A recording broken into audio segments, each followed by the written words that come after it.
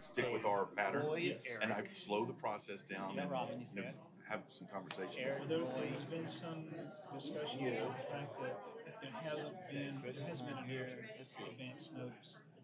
However, I think technically, Star's not every here. time No, he Rob's comes in, not here. they Chris is have not here. notice. Larry is not here. Got it. So I think Dave and Ally are here. reception is wrong. but Okay. it's Right. Still, I just like sticking with our new approach Don't of forget- discuss oh, right. first meeting of the month, decide second meeting of the month. I do. And I don't like getting off of that. Mine's probably messing Well, up. it 'cause I seems was that in my they move office things and along I a lot turned it faster. off. It does, and And it Well, is. it gives people a like chance to 2 have seconds to say. after I turned it Yeah. off, somebody texted me and But made a how are sound. we, I'm like, have we weird. Made a really sound last publicly let night too. people know that No, that's But I didn't have it turned off philosophy? last night. We've done it here. Right. We've done it in emails with people that. But we should probably post it on the website or something, right? Just Yeah. let them know Yes. that that's the intent. Right.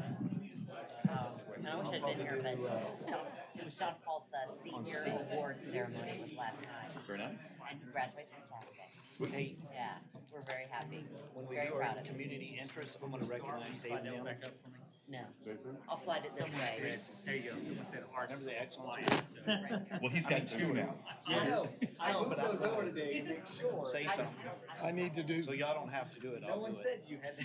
you're gonna do something on I've heard I came Lago across very well. You come across very well as well. Oh, okay, I need to do something on Lago Fest. Okay. I don't know if it's about the speakers or about the. Lots of people to thank. Well, maybe I'll tell you later. You can start. Don't forget it. I won't. Okay. All right. So Kevin should be moved over. Welcome. The things- Notice is hereby given that the Lago Vista City Council is holding a regular meeting on Thursday, May 17th, 2018, beginning at 6:32 p.m. in the City Council chambers at City Hall, 5803 Thunderbird, Lago Vista, Texas, as prescribed by VTCA Government Code Section 551.041 to consider the following agenda items. Items do not have to be taken in the same order as shown in the meeting notice.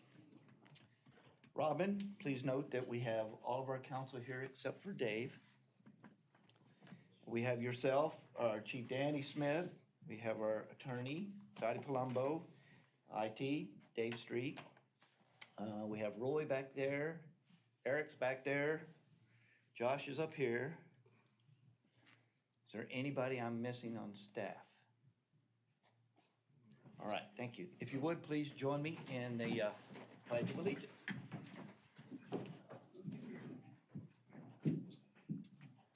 I pledge allegiance to the flag of the United States of America and to the republic for which it stands, one nation under God, indivisible, with liberty and justice for all. Thank you. All right, as we get started, a couple of announcements. I have several people that have signed up. Everyone that has signed up is for an item that's on the agenda, so we will not be doing that during the citizen comment portion. At this time, if you have a cell phone on you, please make sure it's silent so that it does not go off during our meeting. We are, in case you haven't been here in a while, we started doing live broadcasts 2 months ago. The video is great. Our audio is a little quiet, so when you are asked to speak, please speak into the microphone. Don't dodge the microphone. Speak directly into it and speak loudly so that the people watching at home can hear you. So first thing we'll go into is citizen comments. In accordance with the Open Meetings Act, council is prohibited from acting or discussing other than factual responses to specific questions, any items that are not on the agenda. So at this time, if there's anybody that would like to speak on something that is not on the agenda, please raise your hand, come forward. I'd like to say something. Yes, sir. Please come to the stand and state your name and address for the record, please. I'm George Pond at 6105 Camille Court. It's been a while since I've been here, but I noticed we didn't have a prayer tonight. No, sir, we did not. Is that new procedure? We used to have it. Yes, sir. No, it is not a new procedure. It's just a matter of whether I manage to book somebody to actually come in and give Okay, I don't always have somebody, Okay, so but I do it's- try. You do try, okay. And how about a pledge allegiance to the Texas flag? Can we do that? We could start that. We have never done that, but that could be something we could start. All right. We'll take that Thank into you. consideration. Mhm. Anyone else? All right. So we will now move into items of community interest pursuant to Texas Government Code Section 551.0415. City Council may report on any of the following items. So expression of thanks, gratitude, or condolences. Is there anybody on? Yes. Mr. Mayor, I was part of the Lago Vista community event called Lago Fest. There are so many people to thank. It's a long, long list.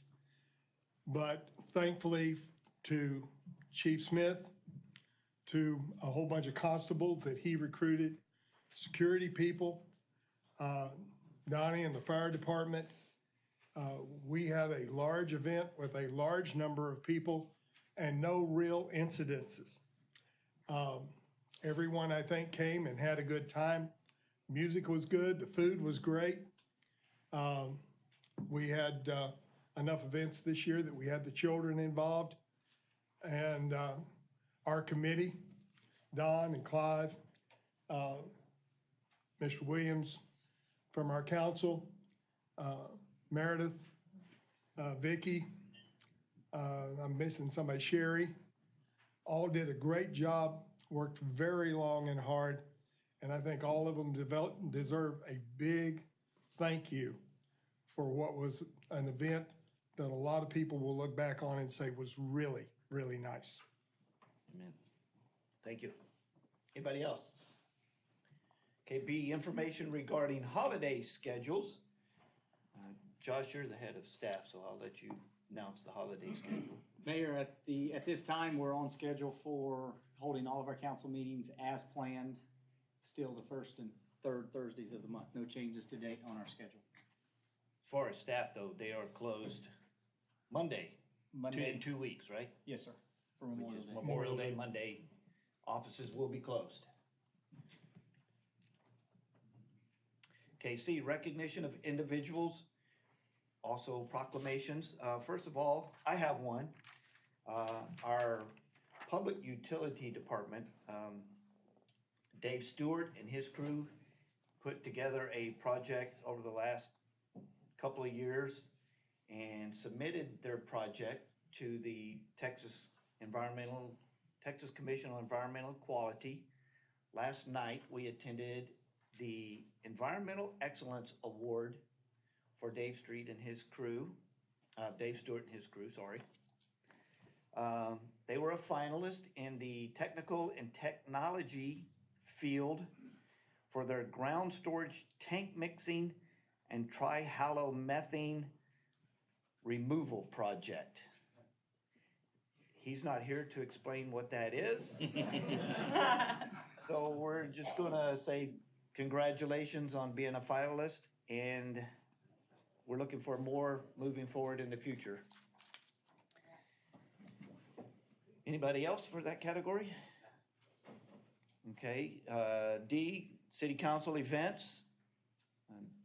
The only one I know of, it's more of a city event as opposed to city council. We have the 4th of July event coming up.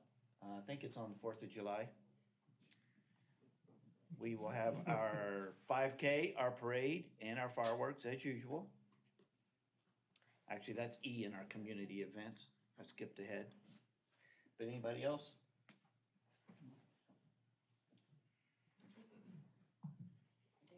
All right. So I'm gonna go ahead, E or F, if anybody has anything for anything else for community events or health and safety.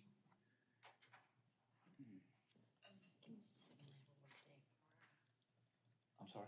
Give me just a moment, I'm gonna find the work date, the upcoming work date for Keep Lago Vista Beautiful. Oh, okay. I can find it. And I can't, I'm sorry. But there is an upcoming work date for Keep Lago Vista Beautiful. We'll get that posted. All right. Well, if we find that, if we find out the work date for Keep Lago Vista Beautiful, we'll let y'all know on that. So we're gonna go ahead and move into presentations and action. Oh, I'm sorry. I do have one more announcement before I get into presentation and action. Something I have done over the 5 years that I've been on council is take on high school students to be an intern for me to help me in different areas. And it's kind of a resume builder for them going to college and putting on their college application. It's usually people that are interested in political science. And I have a new one, and she has joined us tonight. And Haley is going to be my new intern. Cannot pronounce her last name, so at some point y'all will have to, Haley, you'll have to tell everybody what your last name is. Anyway, Haley is my new intern. So go easy on her when y'all see her. All right, now, public hearings and action. Lago Vista City Council will hold a public hearing to receive citizen input, presentation and action. Discussion and consideration of resolution number 18-1756, a resolution by the City Council of the City of Lago Vista, Texas, accepting from Neffendorf, Knopp, Doss and Company, PC, the audit for fiscal year 2016-2017. Let me bring that up. All right. So you're the lead on this, sir, so if you would like to Okay, let everybody know who you are. and- yes, sir. I'm Keith Neffendorf with, actually, it's Neffendorf and Knupp PC. We need to get that changed. We dropped a few there. Okay, Anyway, and also in the audience is my wife and partner, Tracy. And she actually did most of the audit. And so if you have any questions, just ask her. No, I'm just kidding. Anyway, the audit is a good one. And as you recall, before we get into the actual audit report itself, usually what I've done is go through and hit the high points. And at any point you have any questions, you stop and ask me. Okay? Before we get into the financial statements, I need to get you to remember that we're still doing GASB 34 statements. So you get two sets of financial statements, one for the business type model and one for the fund financial statements. And this is also the third year of the GASB 68 pension disclosure, where you have to start recognizing your net pension. But it's important to remember, when I talk about the utility fund, the water and sewer fund, that already is a business type activity. That liability is already included in those financial statements. When I talk about the governmental funds, general debt service capital projects, those are governmental activities, and so on the fund financial statements, there is no pension liability. It's only recorded on the GASB 34 model, okay? Clear as mud, no. No, it's simple, really. Remember, water and sewer utility is a business type, includes all your assets, comes up with a profit or loss just like a business. The governmental side is on the fund financial statements. That's what you adopt the budget and set the tax rate on, okay? And the numbers that are used for the pension liabilities are not included in that, okay? All right. Anyway, after the index on page 1 is the independent auditor's report. This states we've made an audit of the financial statements of the city of Lago Vista as of and for the year ended September 30th, 2017. The bottom of the page, in our opinion, the financial statements referred to above present fairly the financial position of the city as of September 30th, 2017, and changes in financial position for the year then ended. This is the standard auditor's clean opinion letter. Unqualified opinion, what everybody wants. And when I say unqualified, that means it's good. You don't want to have a qualified opinion. All right, the next section, and the way this report has been done, and it has followed this format since '04, you have a management discussion and analysis, a requirement of GASB 34. You have your first two A and B statements. They're done on the GASB 34 model. And then you have the next section, the C section, is the individual fund financial statements, okay? So when I talked to A and B, when I talked about those exhibits, those are the GASB 34. Pages 3 through 8 is a requirement of GASB 34. It's management discussion and analysis. What this is, under GASB 34, we were required to do summarized financial statements and a narrative highlight. And this number, these statements in here are condensed and are much easier for all your readers to use. And I've been told by many of them that they get more out of those 5 pages than the 40-something that follow. But since I'm here, I do my own highlights. But if you ever want a good overview and summarized statements for your city, that's the place to start at. The statements themselves start over on page 9. And once again, pages 9 and 10, the first 2 exhibits we're gonna cover are GASB 34, so they will include all your capital assets, your related to accumulated depreciation, and your long-term debt. Okay, on page 9, governmental activities. These cover your general fund, your capital projects, your debt service fund, your business type activities, of course, is your utility fund and your golf course fund, and you have a total. And of course, in the governmental activities column, your total assets, including your capital assets and your related depreciation amounts, your total assets, you can see were $32,940,294. Your total liabilities, including your long-term debt, $40,113,098. And therefore, your net position on the next page is a negative $6,434,796. And like we've pointed out in the past, that's the way the GASB 34 statements work. You're booking all your assets basically in the utility fund, and yet all your long-term debt is tax supported, and therefore it's a governmental activity. And that's why for all the years we've had GASB 34, y'all have shown a big negative in your general fund under GASB 34. Not to worry though, your fund financial statements look good, okay?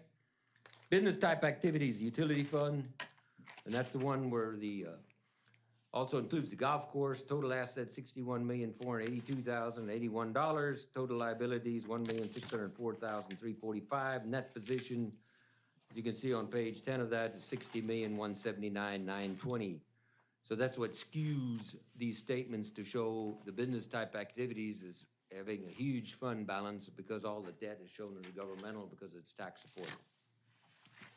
And anyway, the accounts I need to point out on the related to your pension plan, under liabilities, you can see the last item there, net pension liability. This is from the Texas Municipal Retirement System. Your city had a net pension liability of $727,986. And it's, of course, split out between your governmental, your general fund, and your utility fund. This number, each entity in the TMRS has an annual actuarial valuation. This is done for y'all city. This is the latest one, 12/31/16. And it is about 30-something pages. And I always encourage all council members and staff members to get a copy of this because it is an important document for your city. What happens, we take the numbers that are generated by this actuarial valuation, and these are the numbers that appear in your financial statements, okay? And there's also a raft of note disclosures that I'll point out later. So we're taking 30-something pages here and condensing it down into about 5-page note disclosure. But it is important to remember that this is done on 12/31/2016, okay? The actuaries are even further behind than the accountants. And you say, how can we use a 12/31/2016 actuarial valuation report in a 9/30 audit? The GASB 68, in their infinite wisdom, came up with 2 new accounts, deferred inflows and deferred outflows of resources. They're shown on your balance sheet. And they are the numbers that they use to account for the changes from 12/31 actuarial valuation date to 9/30/17 on your financial statements, okay? Basically, to summarize, the deferred inflow and the deferred outflow, that's where they estimate numbers for changes in assumption, differences in your actual and projected earnings and also in your experience rating, okay? And also, your contributions that you make that the city pays each month from January 1 to September 30th, those are included in that deferred outflow. So you'll see later that when we take those numbers and factors into consideration, your net liability isn't the 727,000. It's actually a number that's quite a bit less than that because of those deferred outflows and inflows, okay? Clear as mud, right? Anyway, that's your net position. As like I said before, overall, the city's in good financial shape. You look at the total column there, with total assets of over 94 million, liabilities of 41 million, and net position on the next page of 53 million. The city is in good financial shape. Pages 11, 12, statement activities. This would be the equivalent of a net income statement for the city. And once again, it's broken down into those two major activities, the governmental activities and the business type activities. For the governmental activities, the total expenses, including depreciation, were $9,082,958. You subtract off charges for services. These are all your fees and fines collected. Operating grants, capital grants, you come up with a net expense of $7,827,162. How that's financed is shown below. You can see your general revenues for property taxes, general and debt service purposes, sales tax, other taxes. You transfer in from the utility fund. So your total general revenues were $606,913,361. So you had a net change, a deficit of $913,801 for the governmental activities. For the utility fund and the golf course fund, your total expenses, including depreciation, $6,650,445. You had operating revenues of $7,256,468, capital grants of $1,245,239. So you had income, operating income of $1,851,280, and after you transferred out to the general fund, your net change was a positive $1,623,052. So overall, you can see last year on the GASB 34 basis, the net income for the city was $709,251. The next two statements are fund financial statements. These are based on the fund accounting, and that's what you use for setting your budget and adopting your tax rate. Pages 13 and 14 for the governmental funds across the top. Of course, the general fund is your general operating fund, capital projects. That's the fund used to account for bonds money, and debt service fund is the fund used to collect the property taxes and pay your long-term debt. Then you have your hotel motel tax fund and a total column. And you can see that in the general fund, it was in a strong financial position with a little fund balance over $3,382,330. In the capital projects fund, you issued the bonds and you hadn't spent the money. So the unspent money is in fund balance down there under capital acquisition, $6,560,057. Your debt service fund, the assets exceeded the liabilities by $35,903, and likewise for the hotel motel tax fund, the assets exceeded the liabilities by $402,326. So you can see overall the governmental funds, the total assets of $13,222,467, and a net fund balance of $10,380,616. You take that fund balance number to the next page. These are the numbers that we use to reconcile the GASB 34. You start out, like I said before, under GASB 34, you take your capital assets minus your cumulative depreciation minus your long-term debt. So that's that negative $10,109,046. You add back your current year capital outlays, long-term debt principal payments, $2,235,420. Your GASB 68 net pension liability. Remember on the front financial statements, the liability was for the governmental portion was $422,232, but by the time you add your deferred resource outflow and subtract your inflows, you only have a net liability of $4,940. Subtract your depreciation expense, $899,497. Then your adjustments from modified accrual to full accrual. Basis of accounting. In the governmental fund statements that we just saw, you can see there was over $8 million bond issued. When you convert it to GASB 34, that becomes a liability. That's why that number is that negative 8,037,349. And that gives you your net position under GASB 34 of 6,434,796. 16 and 17, fund financial statements. Same fund types that were on the balance sheet. General fund last year, the expenditures exceeded the revenues by $540,600 before transfers in and transfers out. After those other financing sources, the net change in the general fund was a deficit of $26,611.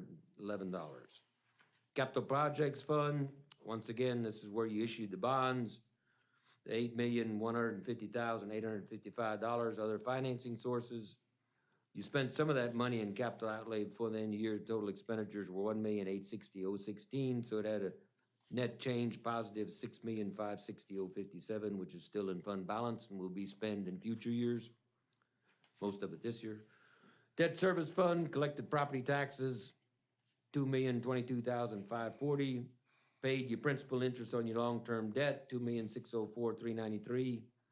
And issued refunding bonds, which is shown as a financing source and use. So your total financing sources were $581,853. So it had a net change of zero, and the fund balance remained at $35,903. Of course, what happens there is each year when the property taxes, after the collections are accounted for and you pay your debt, you're usually a little bit short, so the general fund transfers in to clear that account. Hotel motel took in revenues $115,000, expenditures $63,000, net change positive $52,758. So you can see overall the city revenues exceeded expenditures and other financing sources. The bottom line there, net change positive $6,586,204. But of course, if you back out the $6,560,000 that there are unspent bond proceeds, it's about a $26,000 excess for the year. Kept your nonprofit status. Take that $6,586,000 change in fund balance, top of the next page. These are reconciling items to GASB 34. Once again, these are similar items. You can see the current year capital outlays, long-term debt principal payments, the $2,235,420 were the same as on the previous reconciliation, the same way as depreciation expense, the $899,497. The entries for GASB 68, there's a decrease of $114,000 under GASB 68. It computes a pension expense. That pension expense was $114,000 greater than your contributions. And then again, you have your adjustments from modified accrual to full accrual. That's basically reclassifying your bond proceeds as a long-term debt. So you come up with your net change under GASB 34 of $913,801. 19 and 20 is a separate balance sheet for the utility, the enterprise fund, which are the golf course fund and the utility fund. That just gives the details of those separate accounts, and it also splits out the pension liability between the golf course and utility fund. And those numbers are the same as we saw before because those are already on the full accrual basis of accounting. 21 and 22 is the statements of revenues and expenses for the proprietary fund, the enterprise funds, your golf course fund, and utility fund. You can see last year the golf course with revenues of $903,000, expenditures of $1,652,000, and depreciation of $207,000. So it had a net loss $956,000 before transfers in. The utility fund revenues of $6,857,151, expenditures including depreciation of $4,762,000. It had a net gain of $2,094,426 before transferring out. So you can see after the other financing sources and the transfers out, the net change, the golf course had a loss of $53,241. The utility fund generated income of $1,676,293. And then the total is just a combination of those two. Page 24 is the cash flow statement showing the sources and uses of cash for the utility funds and the golf course fund. Last year, the golf course, of course, generated negative cash of $786,437. You transferred in And so it had no change in its net cash position. The utility fund generated cash of $1,612,897, transferred out. And then it also gives you other financing capital flows for acquiring capital assets. So it had net change from the capital and related financing activities, a negative 659. So the utility fund cash decreased by 679,343 to 887,507 balance at the end of the year. And the total just is a combination of those two funds. The next page just gives the details of how you reconcile the operating income from the operating statement to the cash provided by operations. And of course, the big item is adding depreciation because that's a non-cash item. And your changes in all your accrual accounts, your receivables and payables. Page 26, the city has a deferred comp plan, and this just shows the balance at the end of the year. The amount of assets at the deferred comp plan were $744,630. Page 27 starts the notes to the financial statements. These are additional disclosures required by generally accepted accounting principles and give further details of the financial statements that we just went over. The notes I have to point out start over on page 31. At the end of the year, the city's deposits at the bank were secured by FDIC insurance and or pledged collateral. The next page, the city's investments with Logic shows the balance there of $13,370,124. And even though the investments at Logic aren't covered by FDIC insurance or pledged securities, they are in accordance with the Public Funds Investment Act, as they have built-in safeguards. Therefore, all your deposits and investments were in accordance with the Public Funds Investment Act. Page 33 shows at the bottom page the changes in your capital assets for the governmental, showing the additions, deletions, and the related depreciation amounts. Top of page 34 shows the same thing for your enterprise fund, your utility and golf course, showing the additions, deletions, and your accumulated depreciation amounts. Bottom of page 34 shows your long-term debt for governmental activities. Last year, you paid in accordance with those debt agreements and retired principal of $6,976,000, and your amount outstanding at the end of the year for bonds payable, $36,402,000. For the business type activities, the water and sewer fund, the utility fund, and the golf course, it shows beginning balances, what you, additional borrowings, and you paid in accordance with those debt agreements. So at the end of the year, the business type activities had long-term debt of $818,427. The details of those debt are shown on page 35. For each one of the outstanding bond issues, we show the remaining balance and what the amounts due within 1 year. And at the bottom page, you give a summary of all the debt agreements where it shows your principal interest requirements by years. Page 36 and 37 is a summary of all your notes with the bank, showing the ending balance and the amounts due within 1 year for all those small notes. And then at the top of page 38 gives a summary by years, the principal interest requirements for those notes. Middle of page 38 shows the capitalized leases. You have a couple of capitalized leases with the golf course fund for a mower and the golf carts. It shows the ending remaining balance as of September 30th, 2017, $356,495, and those right below that shows what's going to be retired in the next 2 years. Page 39 starts the TMRS disclosure, what I was talking about before. It gives a summary of your plan description, benefits provided, actuarial assumptions, and then gives a summary of their investments and the type of investments, and comes up finally on page 42 is the numbers for your city, showing the total pension liability as of 12/31/16, $9,143,202. You had assets down there of $8,415,216, so you had a net pension liability of $727,987. That's based on a discount rate of 6.75, so we have to disclose, and it's shown there right below that. If that number were to decrease by 1%, your liability would jump to $1,997,729. If it were to increase by 1%, you'd actually have a net asset of $323,556. So that is based a lot on that discount rate of 6.75. And I asked them, I thought, well, that's pretty high investment rate return. And they said, no, it's actually a combination of the investment rate return of 3.75 and an inflation factor of 3%. So then I was more comfortable with that. Because that discount rate is a real important number in computing that liability. Top of page 43 gives the details of the deferred inflow and deferred outflow accounts, showing the dollars at the end of the year that are accumulated in those accounts. And like I said before, those are the balances that are used to convert from a 12/31 valuation to a 9/30 financial statement.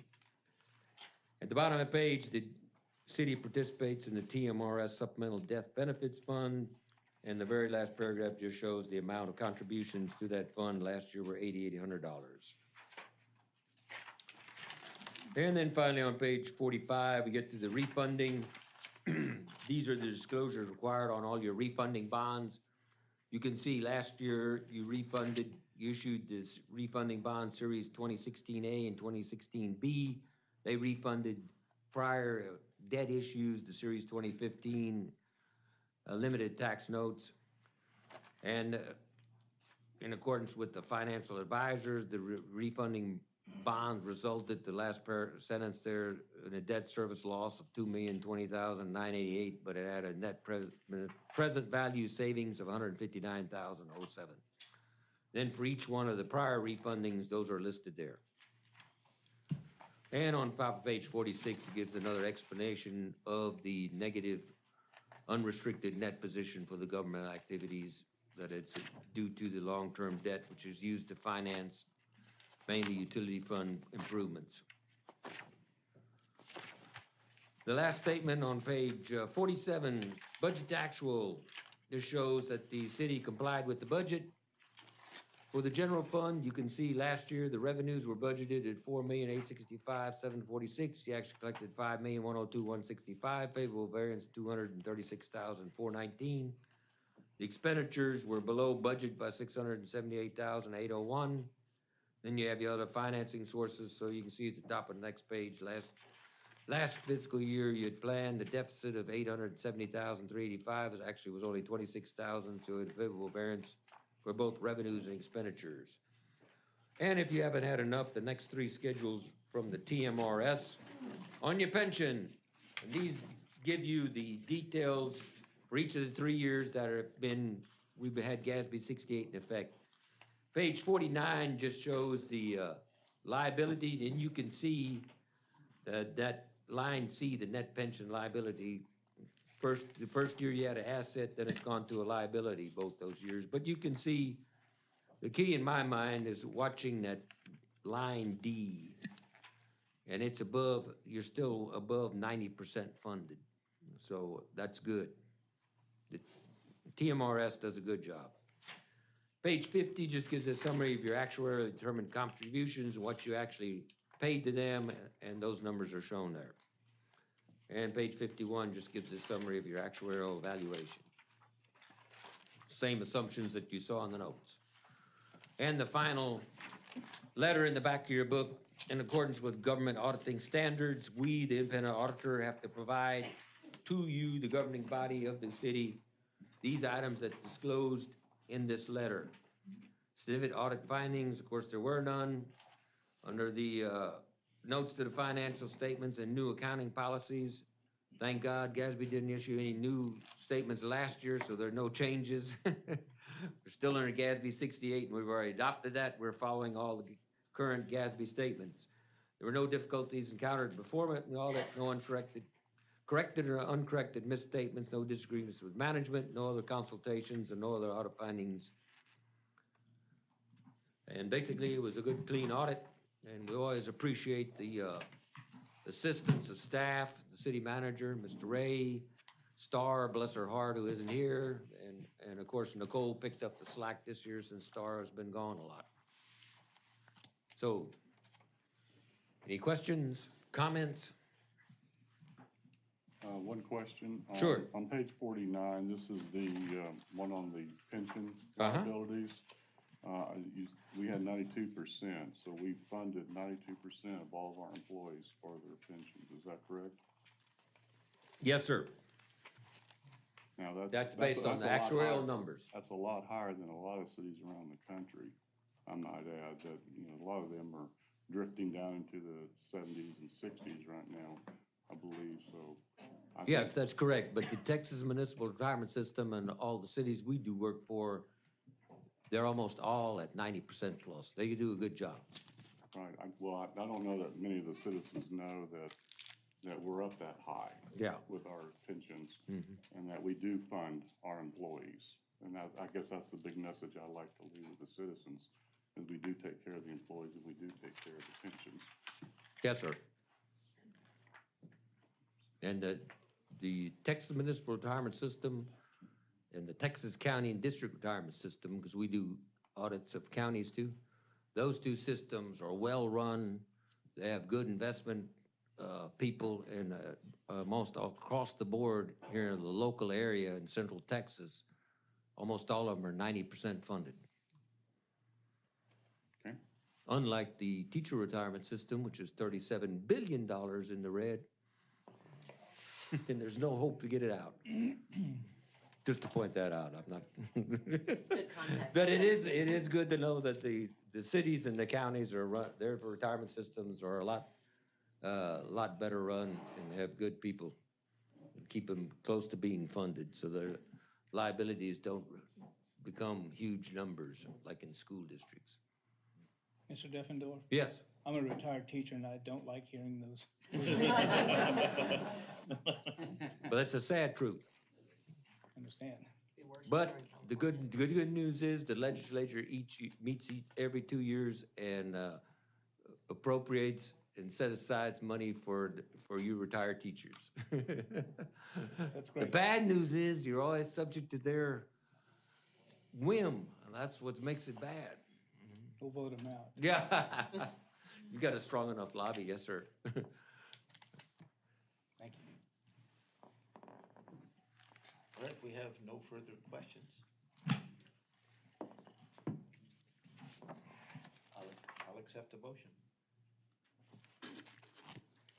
Mr. Mayor, make a motion that we accept resolution number 18-1756, resolution by the City Council of the City of Lago Vista, Texas, accepting the, excuse me if I mispronounce this, Niffendorf, Knopf, Doss and Company, PC, audit for the fiscal year 2016-2017. I second it. All right, I have a motion and a second. Any further discussion? All those in favor say aye. Aye. All those opposed, nay. Hearing none, the audit is accepted. All right, thank you. Thank you. Appreciate it. Have a safe drive back. Yeah, okay.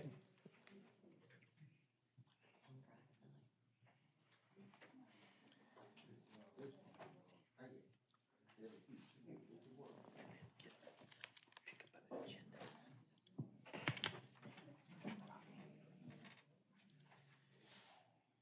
All right, so now we move into our public hearings and action. Agenda item number 2.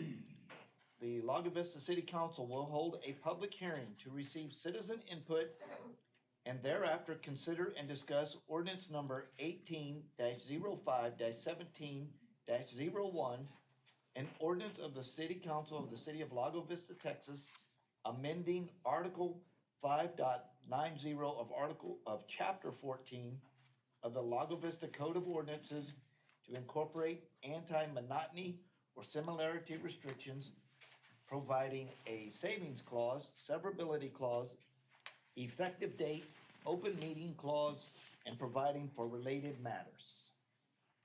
And we'll start with I'm gonna open the public hearing at 7:13 p.m. And we'll start with the presentation from staff.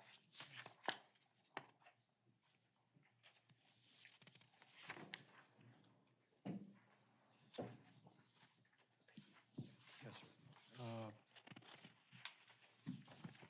Fellow council members and the mayor, as you guys will recall from your last meeting, this was a fairly significant priority of the Planning and Zoning Commission. They actually called a couple of special call meetings to make sure they expedited the completion of a recommendation. It received extreme scrutiny. We started with a couple of model ordinances, one of which was from Georgetown, Texas. One of the reasons we picked that one for their consideration was the fact that we were sure that it had been challenged legally and successfully withstood that challenge. Quite frankly, we gave them another half dozen ordinances that were somewhat similar. I think one of the things I'm proudest of is that it was an extremely collaborative effort. And even though it sticks to the significant model and is just as defensible, it's somewhat unique to Lago Vista and you know, actually responded very well to the uniqueness of the development pattern here. You know, you don't have a traditional orthogonal grid like you do in some cities, and I think they did very well in considering all those factors and making sure that this ordinance addressed everything that it needed to address. I'm somewhat proud of them. Awesome. Okay, so this is the second hearing of our public hearing, so council has already had time to study this and ask questions. Is there any additional questions for staff at this time? Roy, since the initial discussion, have you gotten any feedback from our local builders or inputs from the original discussion point? Actually, you know, we did have what you call a volume builder come in, and we had a first meeting with someone, and we wanted to make them aware that this was coming down the line, even though it wouldn't apply in the particular development that they were working in, because it was a PDD. Okay. But, you know, his comment, I think, was quite illuminating. He said, we follow these anyway. Cool. You know, this is standard. So what we showed him didn't bother him one bit. Excellent, thank you. Any other questions from staff? Okay, at this time, if there's anybody in the audience that would like to speak on this item, it is open.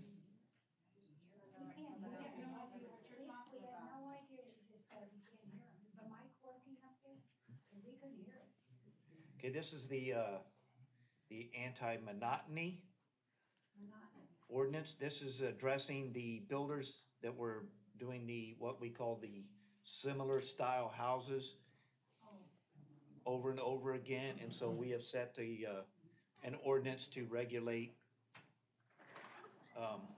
the frequency of the similar homes.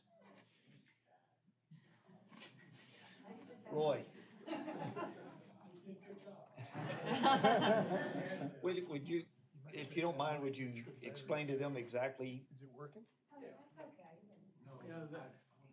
I think the common phrase that I heard more often than not. Can y'all hear?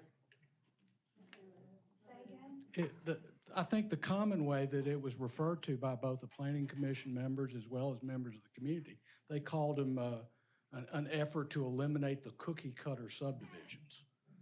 And what it does is it creates requirements that if you're within so many houses, you know, on a block, that you have to change things, and fairly significantly. And we gave you a palette of options, but you know, you had to pick several of them. One little thing wouldn't do it. You know, so we think it will have realistic impact and improve things quite a bit.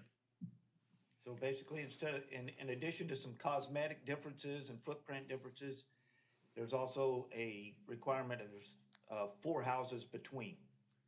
Right, and we will evaluate across the street, all directions, so it's any 4 consecutive houses.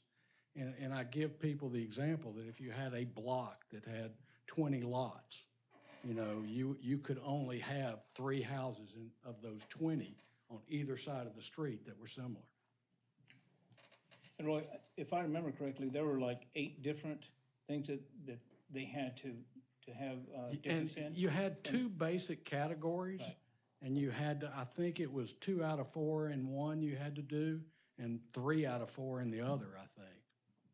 I may be off a number or two, but you're it's right. close to that. I think if you look at the total, there were 8 differences that were Right. required, and you had to meet 5 of them, if I remember correctly. That's the way I looked at it. It couldn't be just lip service. Right. You know, some places, you know, if you let them, all they'll change is the windows. And quite frankly, you don't even notice that. And even though that is one of the options, that won't, by itself won't cut it.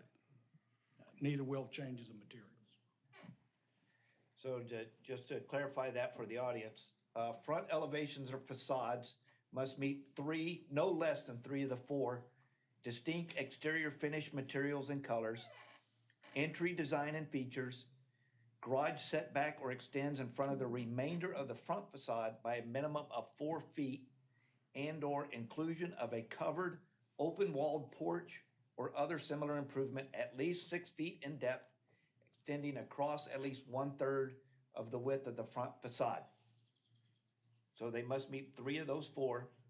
And then front elevations and facades must meet 2 of the following criteria: principal structure of roof geometry or type, the geometry, shape, and/or dimensions of the front elevation or silhouette, the garage top type, whether it's front-loaded, side-loaded, or detached, and its location, and location, size, and types of windows on the front elevation. So all that was covered in this ordinance. Any additional questions? All right, at this time, I'm going to close the public hearing at 7:21 PM. Mr. Mayor, I'd like to make a motion that we, That's a different That's a agenda whole item. different deal. Okay. So, excuse me, please. Okay, the public hearing is now closed. Is there any further council discussion? All right, it's open for council action.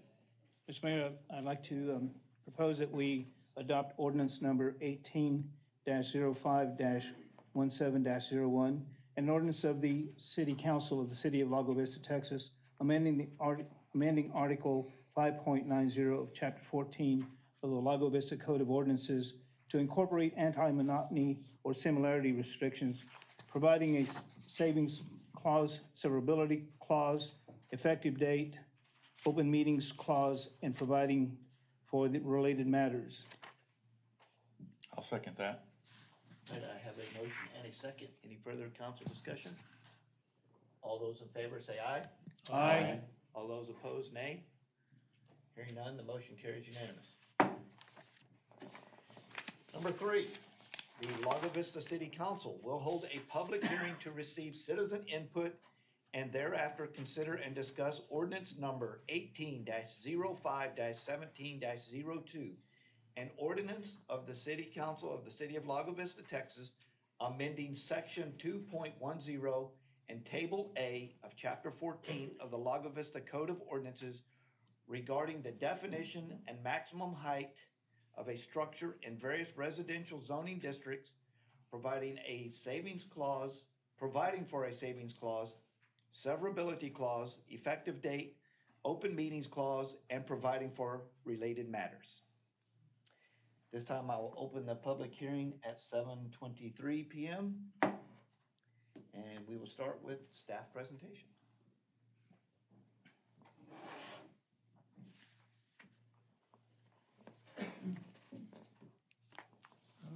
I think the easiest way for me to begin this discussion.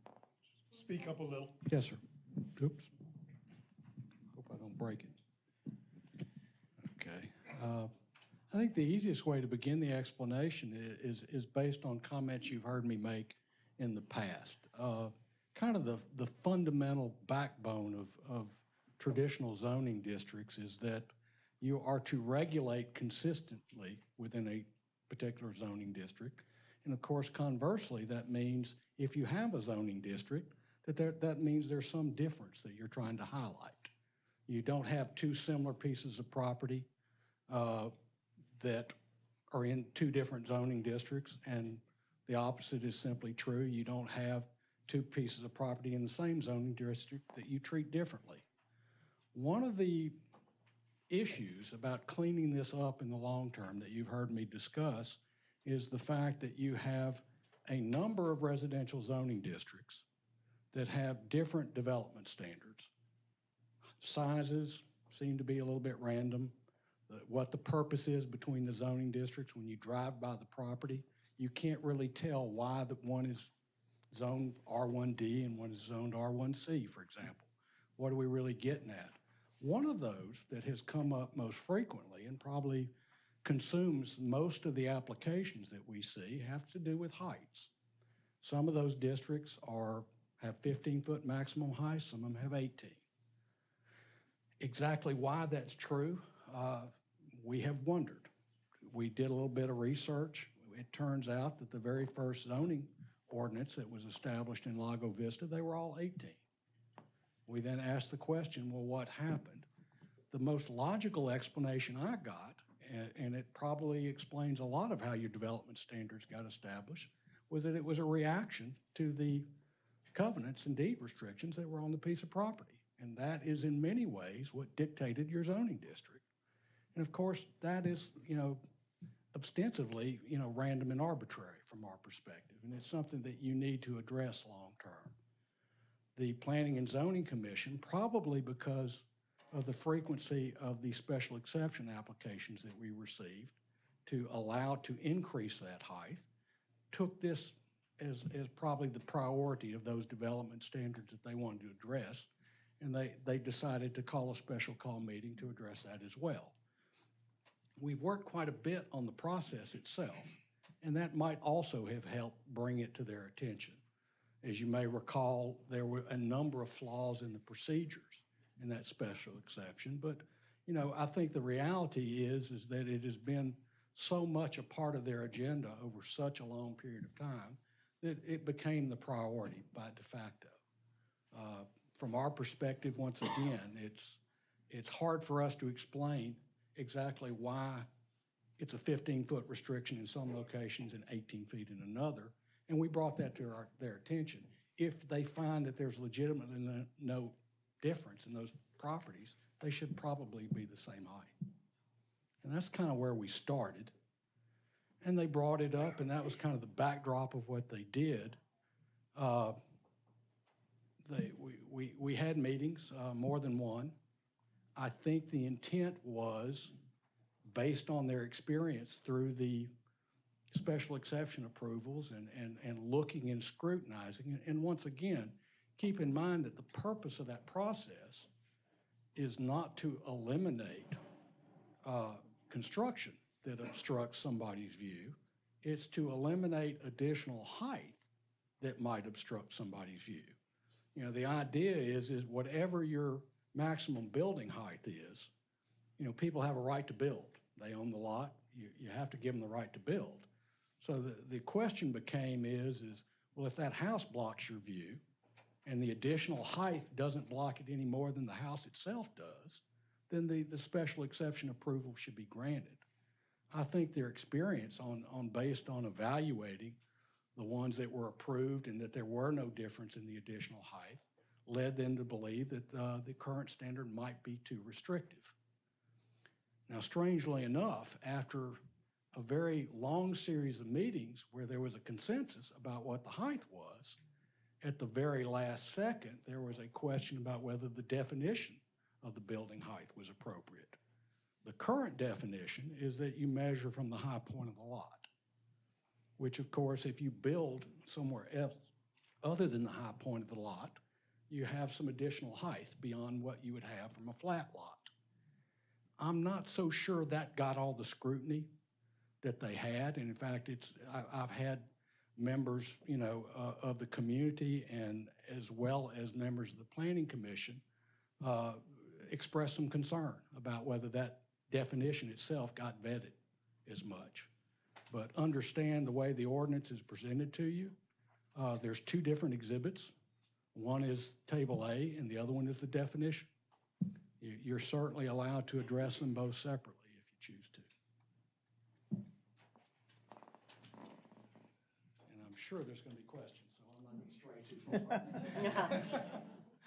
far. Roy? Yes, sir. Planning and zoning has been dealing with a lot of these requests for a variance to allow a 22-foot home. How many of those have been denied? Not many. I'll be honest with you, and some of them are much taller than that. But once again, our biggest problems have been the quality of the applications, and we're addressing that in the procedures. Making sure the ridge poles are up so they can accurately determine. But one of the requirements, for example, of those ridge poles is for them to mark the by right height that the ordinance allows, and then the height that they're proposing, so that you can judge the difference. And after all, that's the only thing that's relevant, is the difference.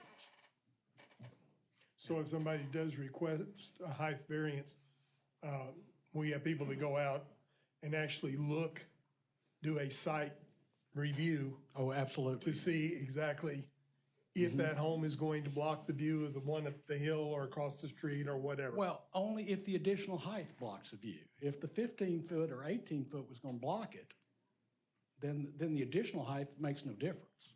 Okay? And the definition was changed from the highest point on the lot to a point in the middle of the slab, isn't that? Well, from the highest at-grade slab is what they said. At-grade slab. Yeah, and I'm not so sure that given another opportunity that they would not be discussing that additionally. And in fact, it concerned me from the perspective of that you could manipulate that if you wanted to a little bit. You know, you could, for example, put an entry hall that was somewhat detached but connected, that was significantly higher than the main living area. You could have a garage or a workshop or something like that, and use the top of that slab when it might be significantly higher than the primary living area. But, you know, I think there are other concerns. I think the overall intent, if you'll allow me to play mind reader for a minute, was that the Planning and Zoning Commission was recommending that you liberalize that standard, when in fact the change in definition, even with the additional height, might in fact make it more restrictive. And I'm not so sure that was their intent. I still don't quite understand the definition of top of the highest at-grade slab. Yeah, and this is I'll tell you right now, it's the other way around, and maybe this influenced what they were talking about. The current definition is that it's the high point on the lot, which if somebody asks us, we'll tell them what that is. We can determine that from our GIS database. But even if they determine it on their own, then they give us an elevation, and they know how high a building they want to build from the top of their slab to the peak of the roof. They don't even think about what they're going to do to the dirt before they pour that foundation, and where is that in relation to the high point of the lot. So on a lot of these applications, we really don't even have the information, that you need to determine what they're asking for, because they haven't done the homework. Are you going to build up the lot? Are you going to cut it? How much cut and fill? At what elevation are you building to? And when we ask them that, they honestly don't know. And sometimes we tell them, you have to tell us, and they still don't give us an answer. And we kind of have to hint to them, this is maybe what you ought to be doing. So, that, if you have a flat foundation in a one-level house, okay, that's a fairly easy thing to determine. It's all on one level. We're going to measure from the top of the slab, and that's the information that you see on all the drawings typically anyway. How high is it above the finished first floor? Okay, that's not the way it reads now.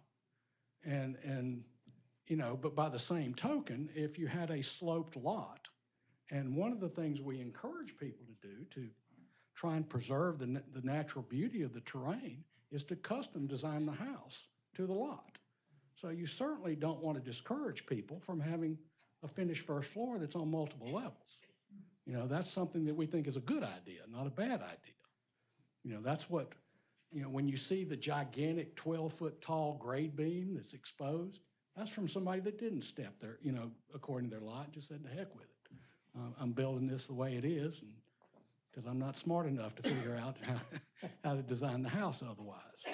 But you see what I'm saying? And right now what we do is we simply say, and a perfect example is the lots that are two-story, but still meet the 15 or 18-foot standard. it's because we're measuring from the high point of the lot. When in fact, they're building for something significantly lower than that. And we do, John gets some calls about people that can't believe that a house is only 15 or 18 foot tall. And he's got to go out there with a laser and shoot the grades and show 'em. That happens frequently. So what's the definition of the slab? What if they do a pier and beam? Well, yeah, I mean, I don't think anybody considered that, but you know, I would guess the way it's written, and once again, I didn't write that. That was simply the vote of the, and in all honesty, it happened towards the end of the meeting. And it was, I'll put it to you this way, it was not vetted the same way that the anti-monotony ordinance was. If it would have been, these kind of things would have been addressed. But I think the idea of the person that proposed it was to cap, you know, offset the additional height that was being granted. You follow me? I think he was wanting to, as a compromise, to stop that, but once again, I don't think it was completely thought out. Roy, what I'm hearing from you is that the ordinance that we have in front of us right now, you don't believe covers everything that needs to be covered? I think the definition is more problematic that is being proposed than the one you already had. All right.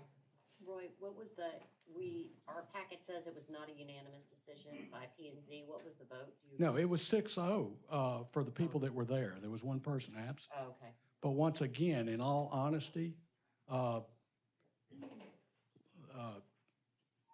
you know, probably 5 minutes tops was spent on that definition out of a 2+ hour meeting.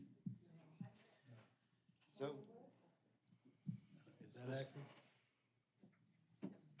I may be, I mean, that's just a guess. so when this all started, I mean, I realized it was, they're hearing several variance requests, and they decided this was a priority. Is that because they actually thought the height was a priority, or was it just because they were tired of hearing variance requests every month? You know, it's not just the volume.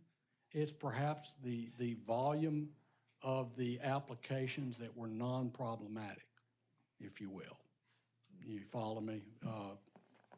Not that many of them presented a problem, but some of them do. I mean, I'll be honest with you, once again, the staff issue had to do with the arbitrary difference in allowed heights. You know, we also have a process that's well conceived, but has some problems with it. That, quite frankly, that's coming up on a very, very soon. It will hit your agenda to fix all those problems.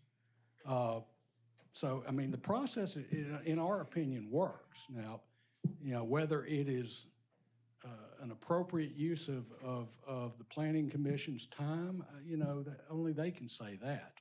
I mean, you know, I get paid the same either way. So, you know, what percentage would you say were non-problematic?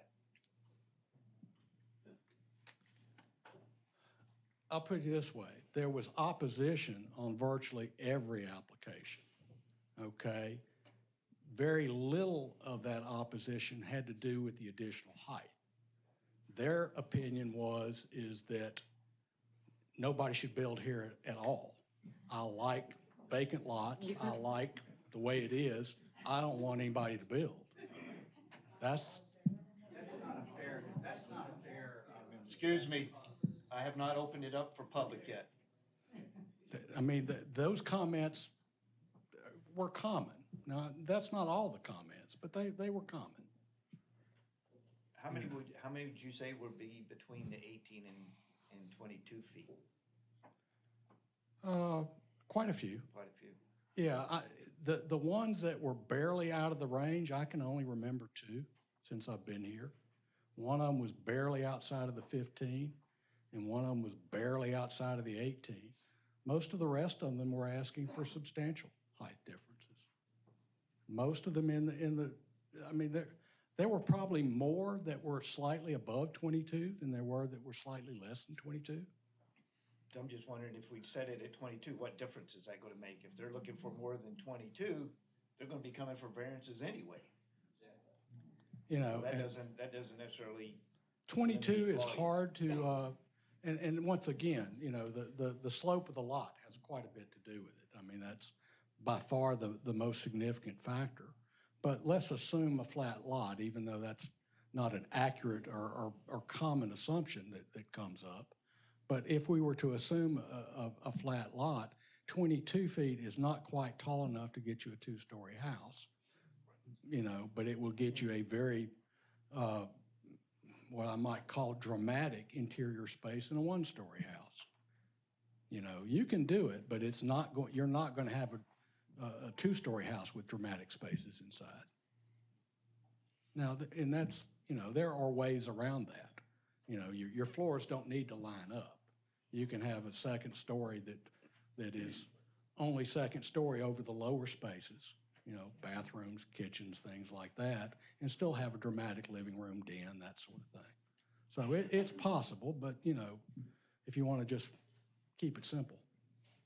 Roy, reading between the words that you've said, not the actual words, it sounds like to me that potentially the level of detail that we've known you to come forward with for ordinances may not be here. And maybe, you know, what I'm hearing, it sounds like maybe there's some little bit, from what I'm hearing, and maybe I'm wrong, is that maybe there's a little bit more work to be done? Well, I think the definition, you know, once again, if you ask them, okay, to their opinion about the definition, I'm not so sure they would maintain that it's perfect the way it is. Okay, the table itself, that's a pretty straightforward, simple thing. You know, from our perspective is if there's a rational reason for two different heights, tell us what it is and we'll incorporate that in the ordinance. If not, make it uniform among the single and two-family residential districts. Because in order for us to do the cleanup that y'all have heard me refer to, it's going to have to be rational in the end. Would it be your recommendation that we accept this proposal? Well, you know, like I said, I'm not so, let me put it this way. The people that are advocates for additional height are not happy with the definition. They think that it in fact restricts heights more significantly than what we already had. That's clear from the comments I've had from the public. I'm not so sure the Planning Commission wouldn't agree with them, and you know, if they thought about it. And I'll tell you why. You know, what it really does in most cases increases the height on flat lots. And what some of the developers and builders are telling me, there are not too many of those left. And that by far the most common lots are ones with significant slopes. And with the change. It could decrease the height on those. It in all likelihood will decrease the height in those. And that's kind of what the complaint has been. Right. And that may be what's bothering the Planning Commission about what they did, because they didn't realize that. Yeah, I don't think that was their intent. My house is a perfect example. I have a very sloped lot and was able to build a 28-foot house with no exceptions whatsoever because the height of the front of my lot. If this new proposed ordinance were put in place, the highest I could go was 22 feet without an exception. Well, and once again, I mean, I'm only going to tell you what I know, and based on the number of phone calls and people that came by the office and visited and asked questions, I mean, the more common complaint was is you've reduced the effective height. Yeah. I think we, on the other hand, have had a lot of people that have commented on the 22-foot height and have objected to that particular level. Yeah, Perceived increase. the perceived increase, exactly. Those who are studying it would suggest that that's inaccurate. That it is in fact a perceived decrease in their opinion. Well, I'm kind of seeing there's problems on both sides. If you got a flat lot, now you're increasing it height and people surrounding don't care for that. The ones that have slope lots, they're suffering because now they don't get to build what they used to be able to build under the old 15 and 18 foot height. I have one more question I would like. This goes on the deed restrictions. You say in here that, you know, it was kind of based off the deed restrictions? Well, that's or- what I've been told. And that is believable. The normal, and I'll give you an example, the typical reason you have different zoning districts usually relates to density. That is the most common way to regulate density. You have one zoning district that has a minimum lot size of X, and as a result, it yields this kind of density. You go to another zoning district, it may require, you know, lots 5 times that large, and therefore the density goes down. Of course, that's the one thing we don't regulate. We have a number of zoning districts, and density is not even part of the equation. And even the minimum dwelling size is fairly close among a number of zoning districts. And maybe I'm missing something, and I don't pretend to be an expert on Lago Vista after being here for such a short time, but when you drive by these lots, if there's an apparent rational reason why this lot is zoned R1A and this one's R1C, somebody's gonna have to explain it to me because I don't see it. So how does? And that's where we're trying to get to. We're trying to come up with a zoning ordinance that is rational and defensible. So when it comes to building on a lot, what supersedes the ordinances that we have in place or the deed restrictions? Well, as I've tried to explain on many, many occasions, we do not either waive nor enforce deed restrictions. And as you're probably aware in Lago Vista, and it is a little unusual because in my experience, they're fairly specific about when they expire and when they do expire and the developer's gone, a percentage of the property owners that can amend them and do all these things. A lot of that's just missing here. And, you know, we have deed restrictions and nobody knows what they mean or whether they're enforceable or not. And the bottom line is even if that weren't the case, it is not in government's best interest to intervene in private contract matters. We don't intervene between you and your doctor or your car dealer or anybody else. Why would we do it between you and your neighbors?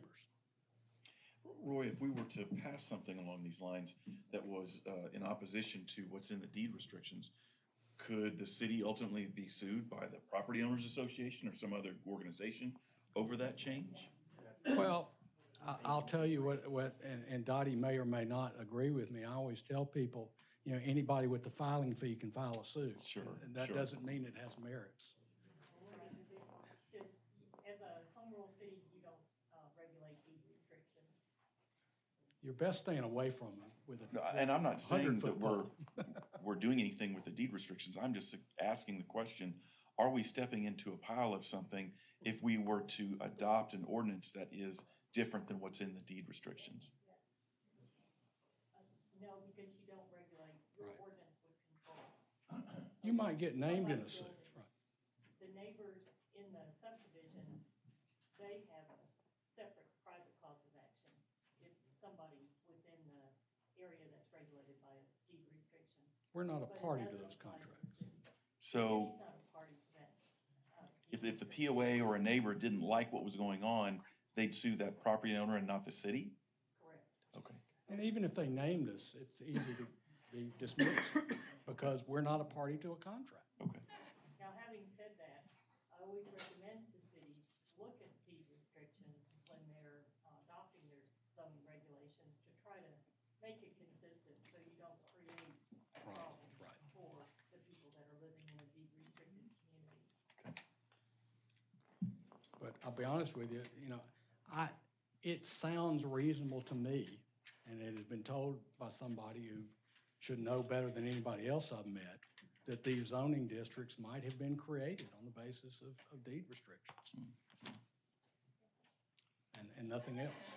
Roy, how do you find those deed restrictions? How, is there a way to get Not- those or to find not- out what those Not are? unless y'all want to increase our budget substantially.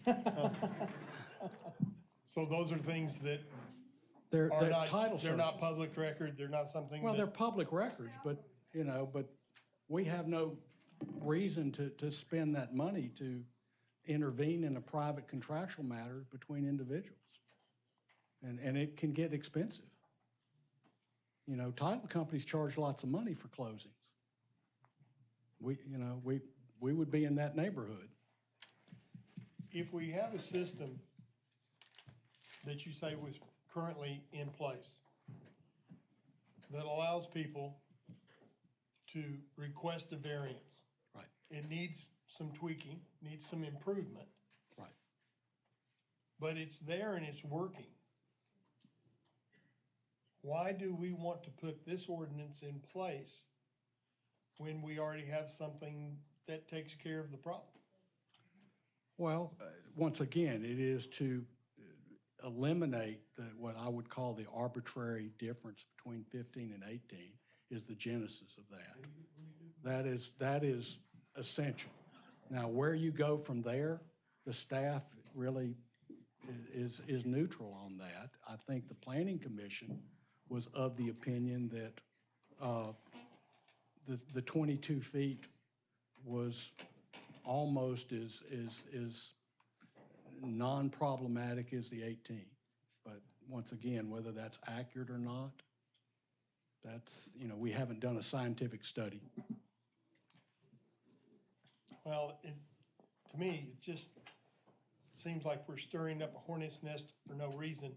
If we have a system that works, someone can get a variance, they can build their house at 22 feet or higher if that's within what we have right now.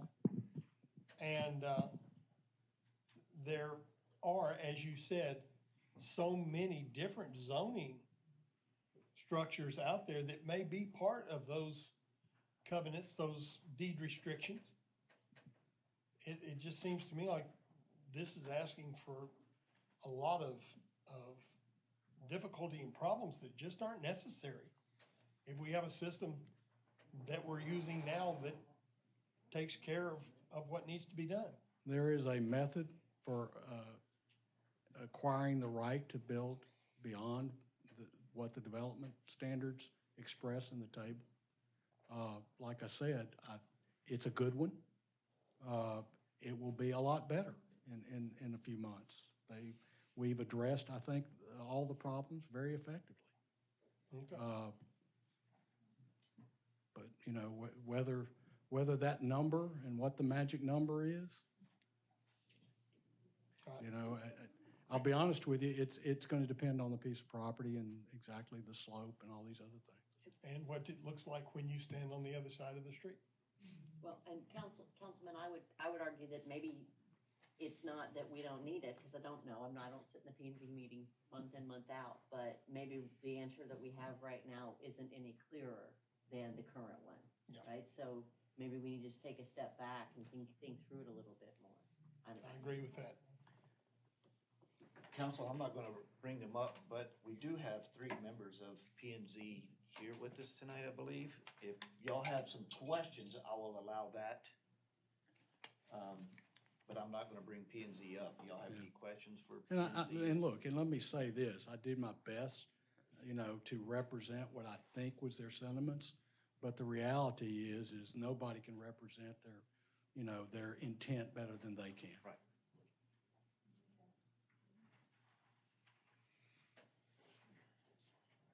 No?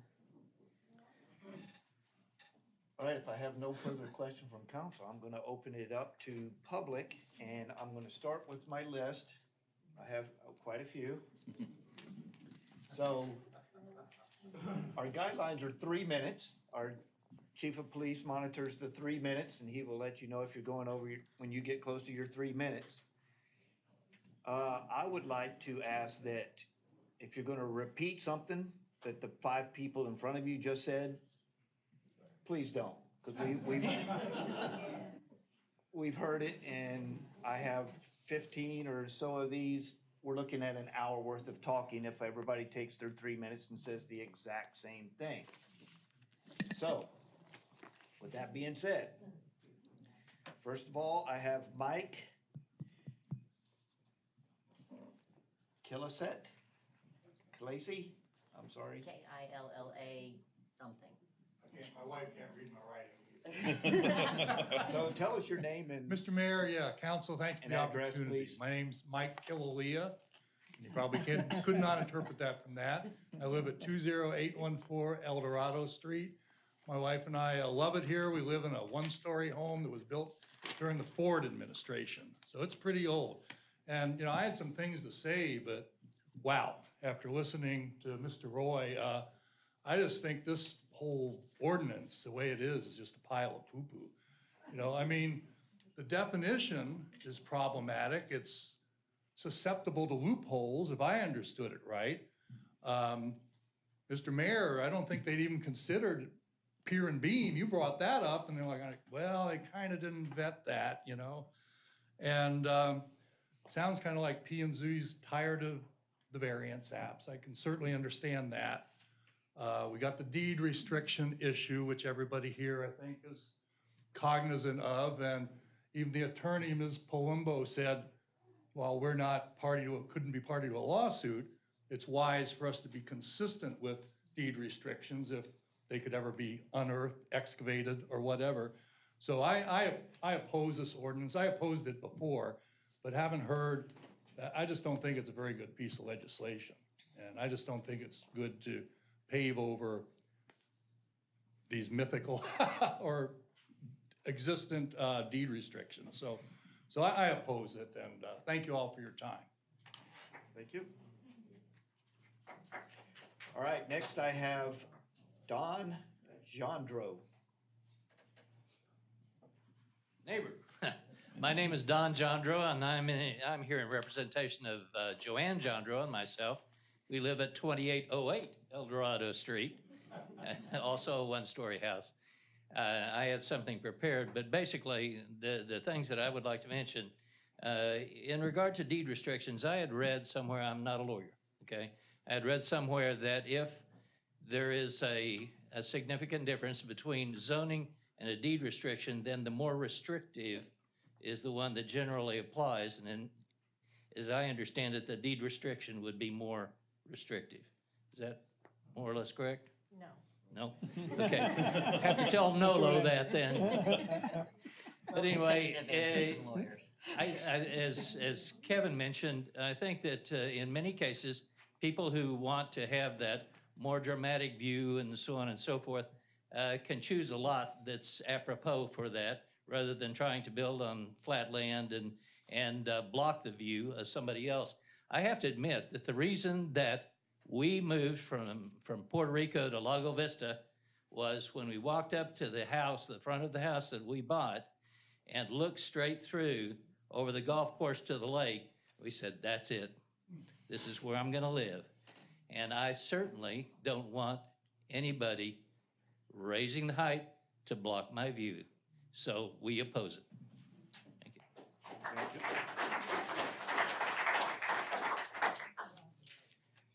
Kim Verkande.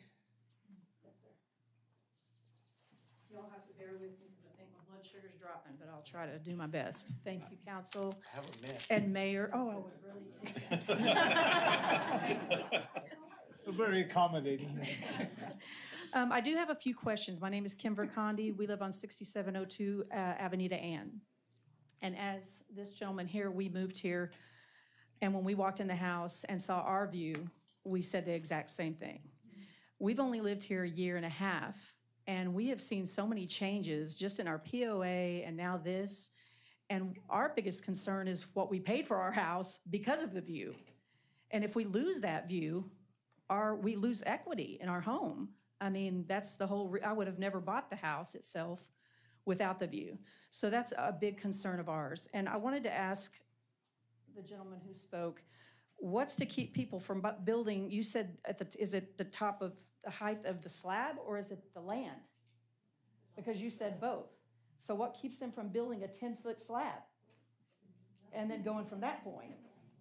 So that's not addressed, in my opinion. So I think that there's a lot of questions in that, because we've seen slabs that are 10 feet tall. And then I wanted to find out, again, I'm with Ms. Bland here. We didn't really get enough information on the percentages. I mean, are we talking about we're going to change this for the minority of the people who want to do this, or should we leave it the same for the majority of people?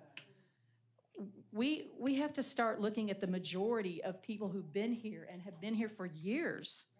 and what this community is liking, not the few people that are moving into this community who want to change what we have. So that's really some of my concerns, and we would really, we oppose it.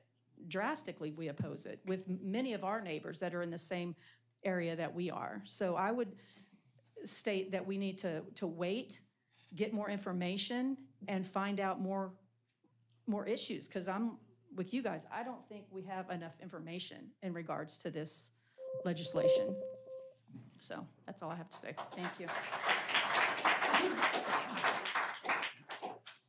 So before I call the next person, I did want to address one thing.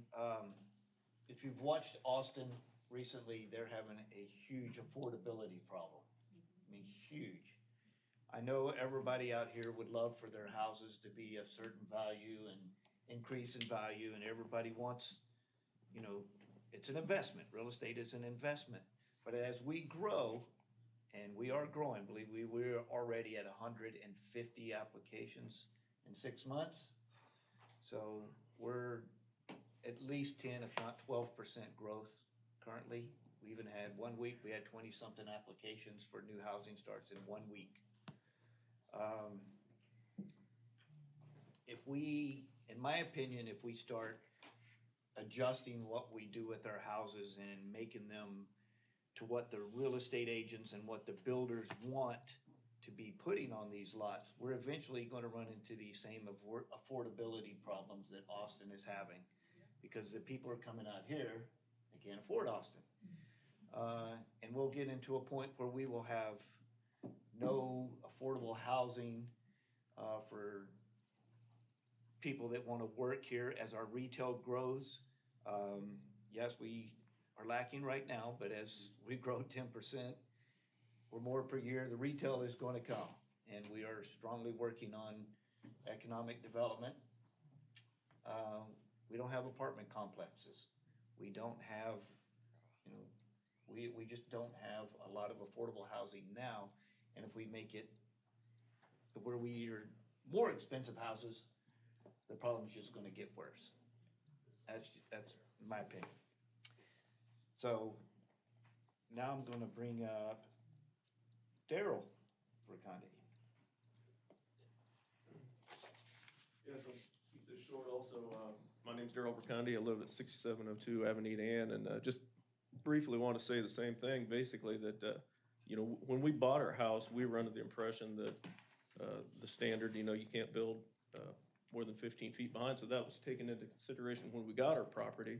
And I just don't think it's fair that you change the rules midstream to block other people's view. I mean, that's really what it's all about. It's about the view, it's about the price of your home, what you paid for it, and maintaining it that. So I just think it's extremely unfair to even consider changing any of the standing regulations. It's to me, it sounds like, you know, nothing's set in stone. They're wanting to manipulate the size of the foundations. They're going to go on every kind of direction to benefit the person coming in.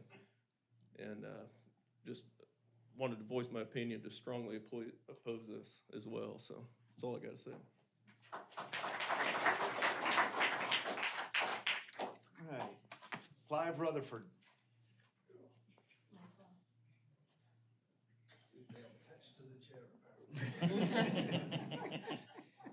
We haven't gone that long. We're only an hour and a half in. Not used to sitting that long. That was a hell of a long audit report.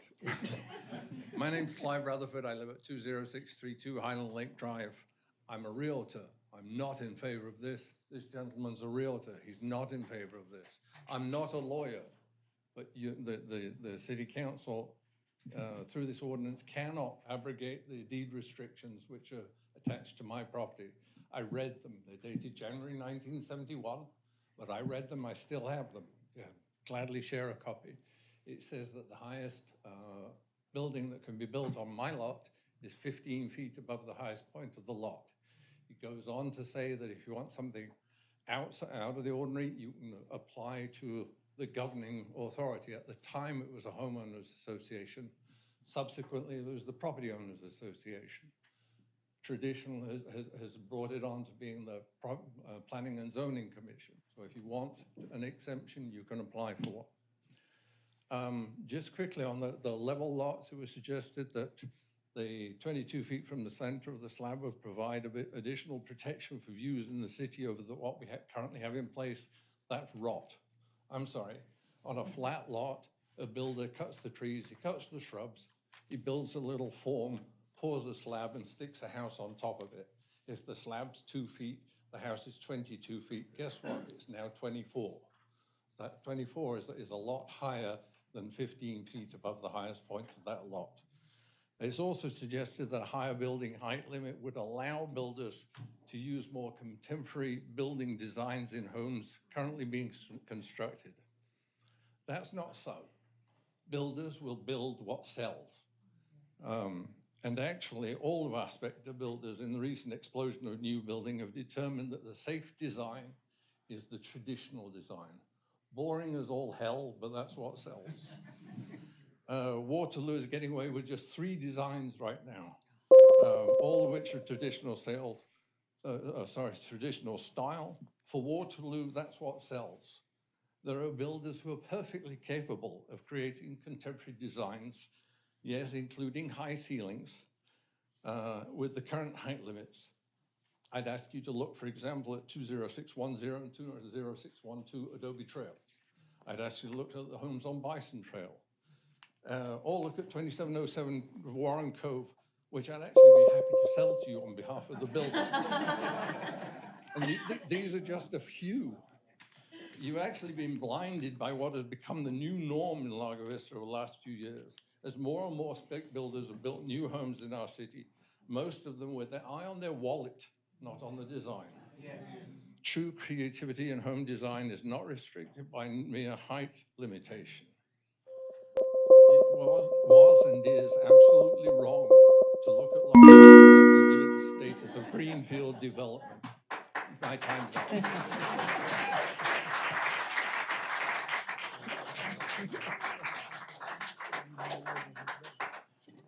Joyce, do you have anything to add to that?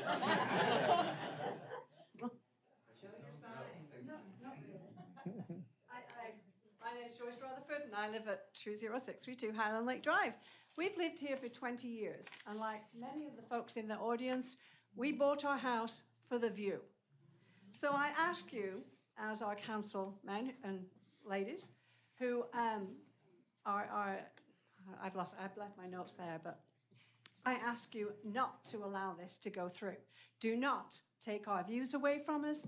Don't do that, please. That's all I have to say.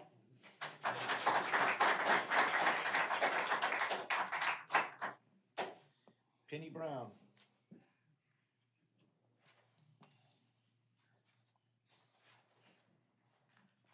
Penny Brown. I live at 6400 Camille Court, and I am going to just say ditto to all my neighbors that just spoke before, and I'm totally against increasing the height variance.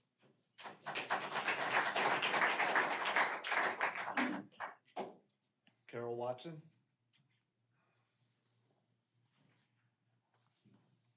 Carol Watson. I live at 21101 Ridgeview Road and on the corner of the Loop.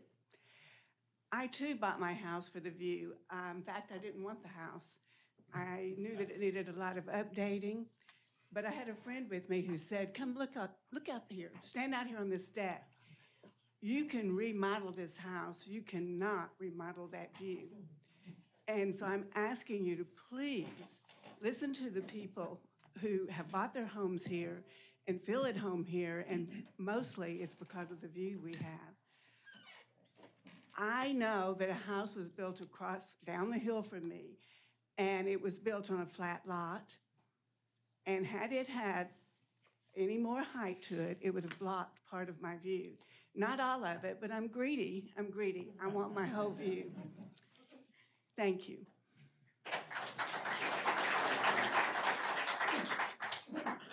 David Freeman.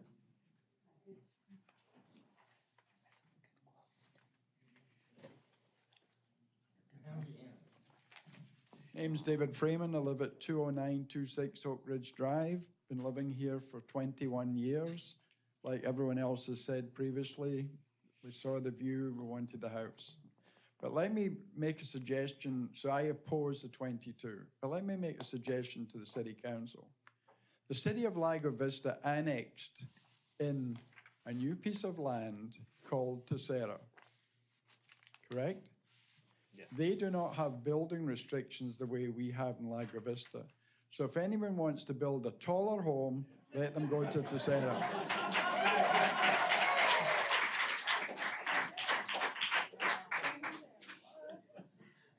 Elizabeth Goldsby.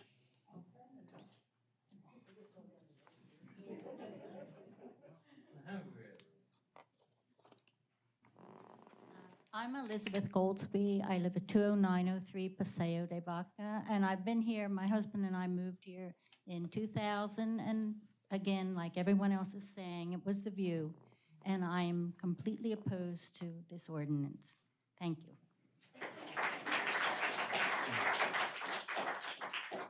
Richard Scott. Well, I hate to speak after all that. I'm Richard Scott. I live at 21116 Highland Lake Drive. I support the height requirement of bringing it up to 22 feet. And, you know, when I own a lot on the other side of 1431, which has an absolute amazing view. But I bought that lot with the possibility of a view. Just like all these people did, they bought their lots or their house with the possibility of having a view, not a guarantee. You know, it's not locked in stone, it's not written in the deed, it's not in the closing. So you have to look at that. And I am currently trying to buy the lot below mine just to protect my view. But having said that, I don't believe that it's the city's responsibility to represent certain homeowners and their views over the people that surround them. You know, if you do that, you're only representing that percentage of the population and not the whole population, which you were elected to do. You know, the current ordinance, I agree, or the proposed ordinance needs a lot of work. For one, if you had a 22-foot height requirement out of the center of the primary foundation, all the homes on Bison wouldn't have been able to be built, you know, because they're on sloped lots. My lot is also sloped. And under the current regulation, I could build a pretty tall house, you know, but that's not the point. The point is that I bought that lot with the possibility of a view.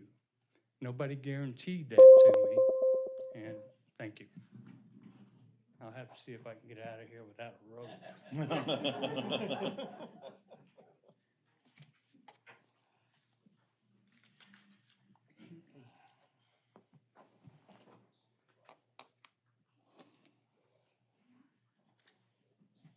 George Pond. George, okay.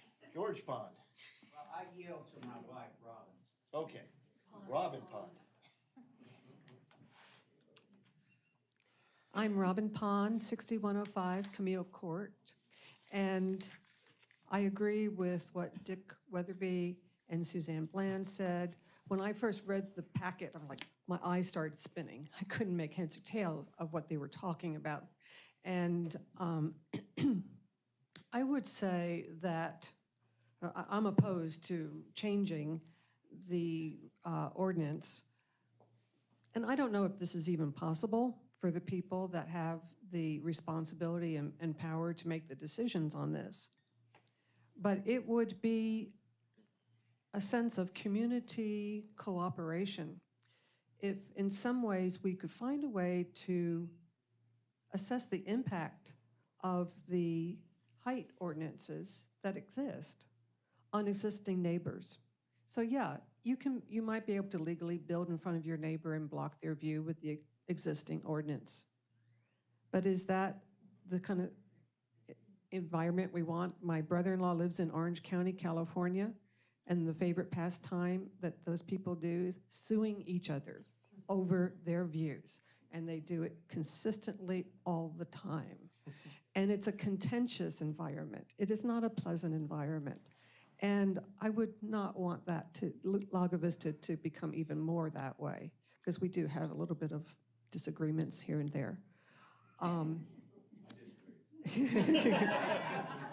So I do agree with our city attorney that it isn't the responsibility of the city and the fear of the city being sued, but if we can work together with our neighbors to create a more peaceful community and take into consideration each other's well-being and protecting not only the valuation, but protecting the cooperation amongst each other. I don't know if that's a thing that the zoning commission can tackle, but it would be certainly something to strive for. Thank you.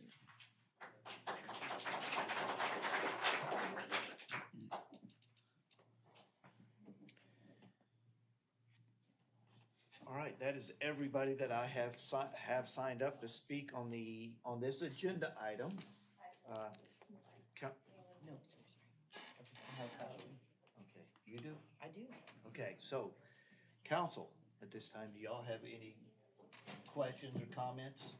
I have a procedural question because historically, as I understood it, with a unanimous vote from P and Z, any overturning of P and Z decisions have to be a supermajority? Does that still stand?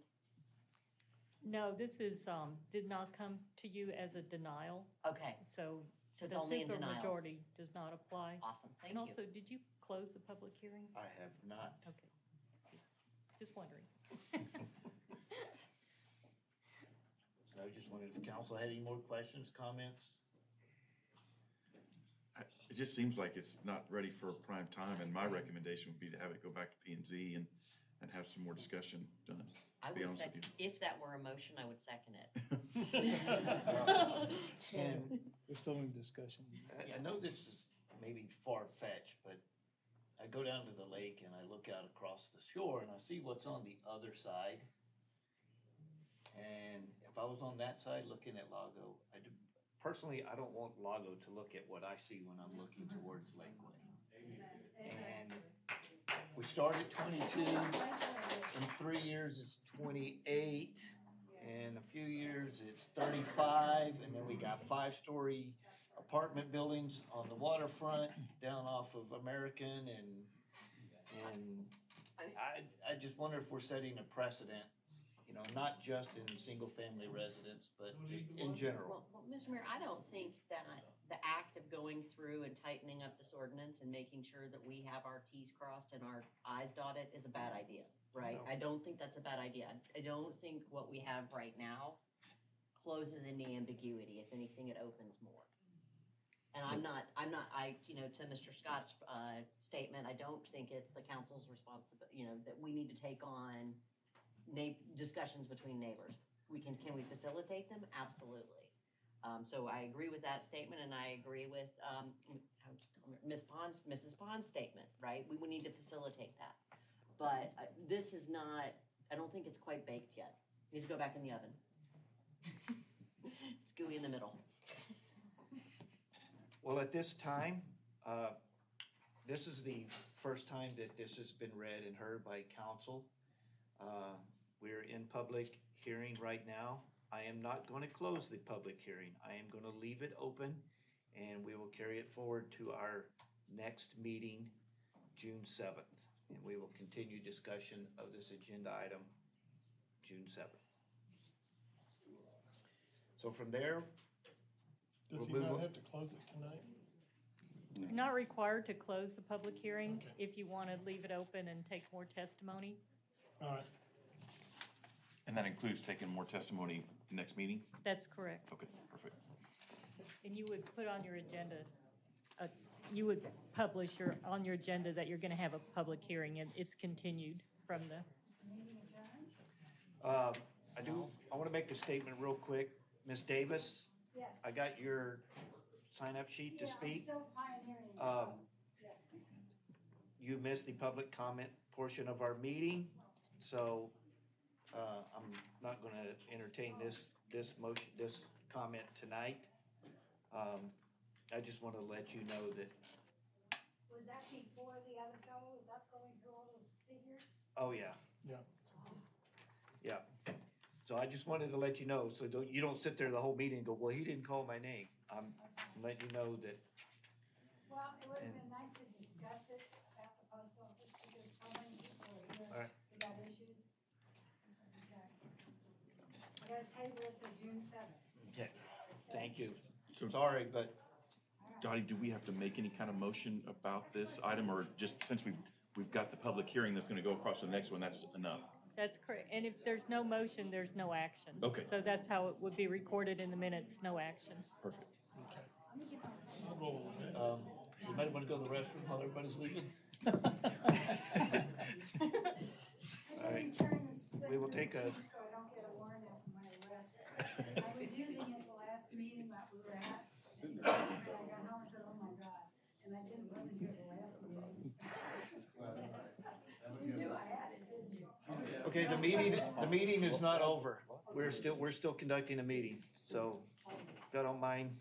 I was trying to avoid a warrant. You have to sign John up Davis? to make a public comment on that? Uh, You have to sign up in advance? on that agenda item? No, but I had so many, and it was kind of getting repetitive, so I just cut it off at that point. No problem. If you have something different, we will hear it again June 7th. Okay, thanks.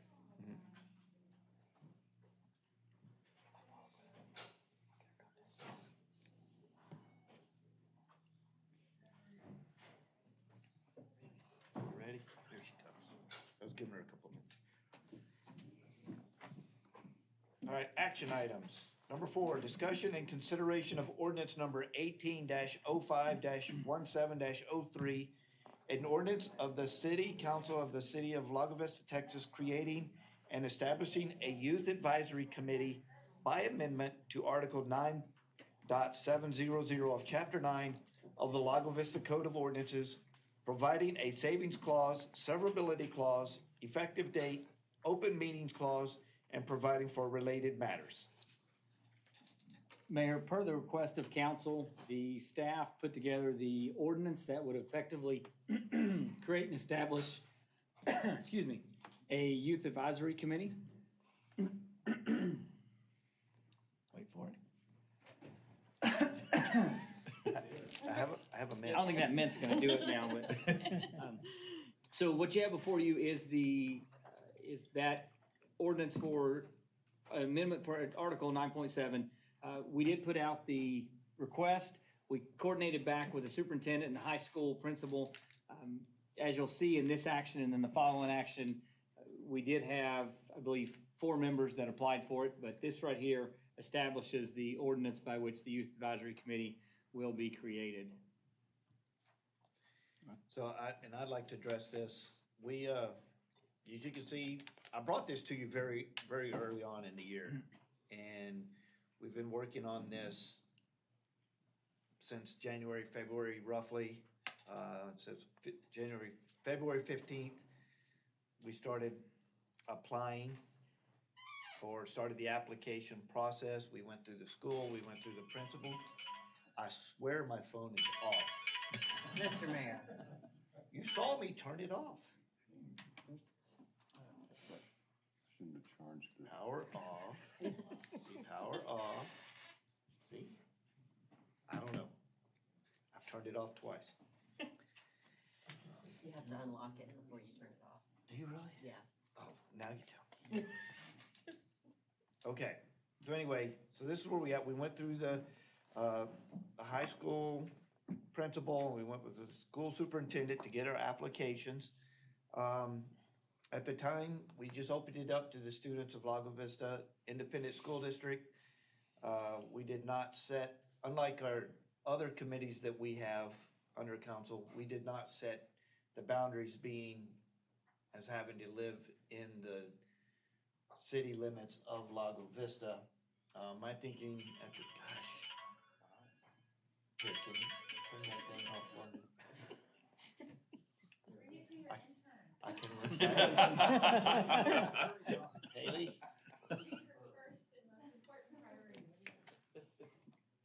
It's because it's because you have a reboot that needs to happen. I'm gonna put it in your office. Okay, thank you. Where was I?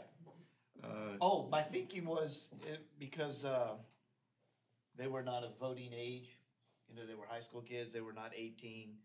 There was really, you know, no influence as far as, you know, council. And it was, I looked at them different than the voting age population. And I did not make that a requirement. Maybe I should have, I don't know.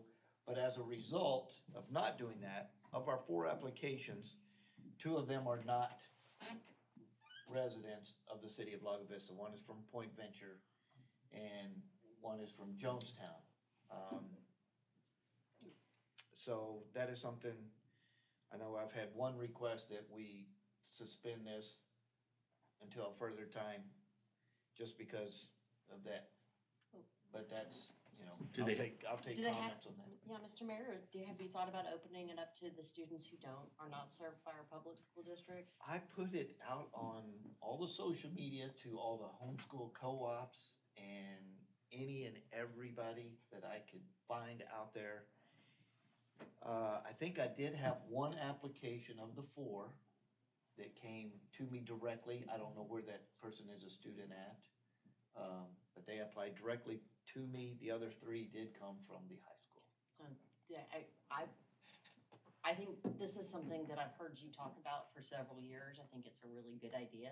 I think we could establish it without setting the committee up at this point. We could do the ordinance, right? And then we could go out and seek, there's the new Sterling School, there's my son's school, Harbor. We do have private schools within the environment that serve special needs children and gifted children, and we could put the call out again. It's a little challenging. They're all thinking about graduation right now. That's but, fine, and yeah, maybe in the fall, we do a campaign. if that's the direction, and we wanna try and get more people and more interest. Well, my I'm fine thought with is, that, but we can take up to 7, correct? Correct. And we only have 4. Why not create it, put the 4 on that asked to, and we can always try and go recruit more. And the ones that get on could potentially help with that recruiting. But I don't see any reason not to do it. Yeah. And To I be think honest it's with an excellent idea to have kids from Point Venture, from Jonestown. They all come into our schools. They're all part of our school system. Even if they don't So, live here, because they go to even if school they here, don't they're live here, spending they're- significant time in Lago, so. And they're still a part of basically this community. Right. So, I don't see that disqualifying them at all. I think that would be an excellent idea to have those kids included. I think it would be also a good idea to include some of the other schools in the area. More representation that we get for our youth, the more effective this council is going to be. Well, and I would add, Mayor, that the Airport Advisory Board does not have a requirement that you be in the city of Lago Vista. If you have an interest in the airport, you rent a hangar or whatever, Roy, I think, I can't remember, Linda. Yeah, that you're in the POA or whatever, you can serve on the AAB. So there's precedent in other committees that allow that. But I am open, and I'm hoping if we get this established, that the youth that are in this committee can recruit some people. Sure. It's kind of like my Young Families Advisory Board. Getting the youth and the young people involved seemed to be very difficult. So I would like to get it established and see. You gotta get the flywheel started somewhere. I have a new intern who is not on my youth advisory committee. Oh. But maybe now that, maybe she just didn't hear about it or something, maybe she would be interested in becoming a 5th person. I'll have to run that by her. Or if not, Right. she could always recruit more. Yes. So, There you go. yep. Are you ready for a motion? Sure. Are you gonna open it up for public comment at all? No. Well, I thought we were setting up the committee. Do what? Are we setting up the committee? Yes. But that's the, We're you- setting up the ordinance for the committee. No, we've already established the ordinance. Have we already established? Have the we ordinance? not? No. That's one of our No, action that's items what, tonight. that's one of the action items. yeah, the first one's Oh, okay. to I'm create sorry. it. Right, yes, right now we're just doing. You have comments on the ordinance? Did you want to make comments on the ordinance? or on the applications? On the, just basically the discussion we had, you guys were talking about recruiting. Okay.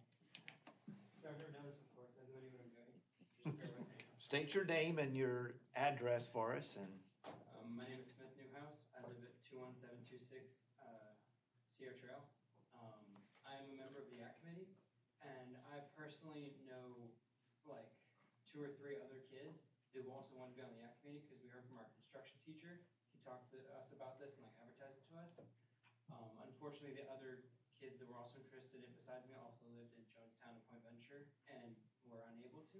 So I do believe if we open this up to everyone that goes to like, just for instance, Lago Vista High School, we would already have a lot more applicants. And that's just my take on that. and just to be clear, he's an applicant, he's not a member. Right, right, right, right. Thank you, sir. But de facto. Okay, so yes, I will entertain a motion for number 4. All right, Mr. Mayor. Make a motion that we accept ordinance number 18-05-17-03, ordinance of the City Council of the City of Lago Vista, Texas, creating and establishing a youth advisory committee by amendment to Article 9.700 of the Charter 9 of the Lago Vista Code of Ordinances, providing a savings clause, severability clause, effective date, open meetings clause, and providing for related matters. I'll second. All right, I have a motion and a second. Any further discussion? All those in favor say aye. Aye. All those opposed, nay. Hearing none. Ordinance passes unanimous. Okay, so number 5, discussion and approval of resolution number 18-1757, a resolution by the City Council of the City of Lago Vista appointing individuals to terms as members on the Youth Advisory Committee. Mayor, as previously stated, we did receive 4 applications. 1 applicant is here in person, which is even better. As stated by Counselor, we have 7 positions open. This resolution would effectively appoint members that you so choose to the Youth Advisory Committee. Mr. Mayor, I'd like to make a motion for us to move forward with the approval of the 4 applicants that you have previously reviewed, and resolution number 18-1757, a resolution of the City Council of the City of Lago Vista, Texas, appointing individuals to terms as members on the Youth Advisory Committee. I'll second. Oh. Arch. All right. I can't get my computer to move in. God, nothing is, well, we have ghosts in the machines today. Mayor, the names of the applicants that we have, just for the record, are Lucas Lawless, Smith Newhouse, Lindsay Rose Sheffer, and Sydney Smith. Okay. Well, my computer will not stop moving. So, so I have a motion in a second. Is there any further discussion? Just a comment. I was the one that wrote the letter to Ed asking to delay until we had at least 4 for sure from Lago Vista and not seek people outside of Lago Vista. I worry that we may wind up blocking Lago Vista students if you take them from outside of Lago Vista, and we don't know that yet. The interest hasn't manifested itself yet. I think it will. I think it will in the fall. I just think that we're a city board, and they're not in this city. It's not their problem, but I just think that we ought to put people from our city on our boards. I mean, I wouldn't think that we would want somebody from Jonestown or Lago Vista on our planning and zoning boards or anything else. So I'm looking at it from a consistency standpoint. I believe that we ought to fill our positions with our citizens. They pay our taxes and keep our city going. I know the school district crosses multiple jurisdictions, but I still think that we have a shot at getting either a majority or a full complement from inside of Lago Vista if we just give a little time, or we're coming into a time frame where kids are graduating, they're going to work, they're going to college, they're doing other things right now, and I think we have a better shot at it this fall. And so I would ask that we not put people on from outside of Lago Vista. What, you said one of the things was for consistency, and I talked about the AAB. If you are part of the POA up there, but you don't live in Lago Vista, you know, you can be on the Airport Advisory Board. So there is precedent already for people who live outside of Lago being able to act on the board. And I would never argue that any one board is more important than another board, but there is a difference between P&Z and a youth advisory council. Not in importance, but in terms of the level of in that regard, responsibility. it's not a state mandated board, I get that. I want to point out in the ordinance itself, it says each committee member shall be an active student in good standing at Lago Vista High School. So if you want to accept members that are not from That one Lago would need Vista to be High School, and you would have to add that, like maybe take two members of the 7 members or something like that. You know, you would I have to. believe they're all members of Lago Vista High School. They just don't reside within the city Okay. limits of Lago Vista. Yeah. That does create that is a future state problem for any of the private school kids or homeschool kids. Oh, I apologize. I misunderstood that. So we're obviously going to have to readdress this in the future fall, to probably. change some things, but I'm a strong advocate for us moving forward for these 4 kids that have put themselves out there and want to support them in their pursuits. And also they can help get us so that potentially in the fall, maybe under, you know, when we get through the budget season, we can bring these kids back and appoint the remaining 3 members. Well, and I you know, I understand what Ron's saying, and I hear where he's coming from. But I think we can address that by potentially making sure that we have 4 or 5 members that are who reside in Lago Vista, and only allowing 2, for example, that reside outside the city limits, for example. And I think we still get what we need out of it by doing something like that. And how long would these terms be? the way it's set up now, if they're currently juniors going into their senior years, they would serve 1 year, and we have it currently written where the sophomores that are going into their junior year would serve 2 years. It's basically set up, they serve until they graduate high school, because then they're going off to college and usually moving out of the city limits, and they turn 18 and And they're they'd really no not longer be youth part of anymore. Lago Vista High School. So, but that's the way it's designed, is to get them to high school. Upperclassmen. If you turn 18 while on youth advisory committee, but you're still in school, like if you're a senior, you turn 18, you're not kicked out? It's not children of the corn. Yes, there is nothing that established that as a guideline, but it's just, you know. The actual term, the way we've got it written up now, the term would expire in May of the year in which the student classified as a senior. So as we get into next school year, if we move forward and we make an amendment based on additional applicants, then we can modify that term as we had originally planned. Right now, we just say anyone, if we approve someone now, that's good, that term will expire May of the next year.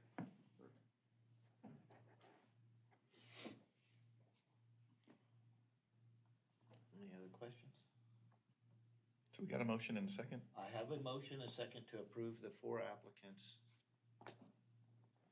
There's no further discussion. All those in favor say aye. Aye. All those opposed? No. The motion carries 5-1. 1, 2, 3, 5-1. Thank y'all. And we, at what point do we set our liaison? Do we do that? You can informally set that now. Okay. someone wants to volunteer, we can. Well, Mr. Mayor, if one of the vision statements associated with this is around giving these kids exposure to city government and exposure to future political careers, should it not be the sitting mayor? I'm happy to I do hate it. to volunteer you to do something. But it seems like that would be the driving factor for these kids, right?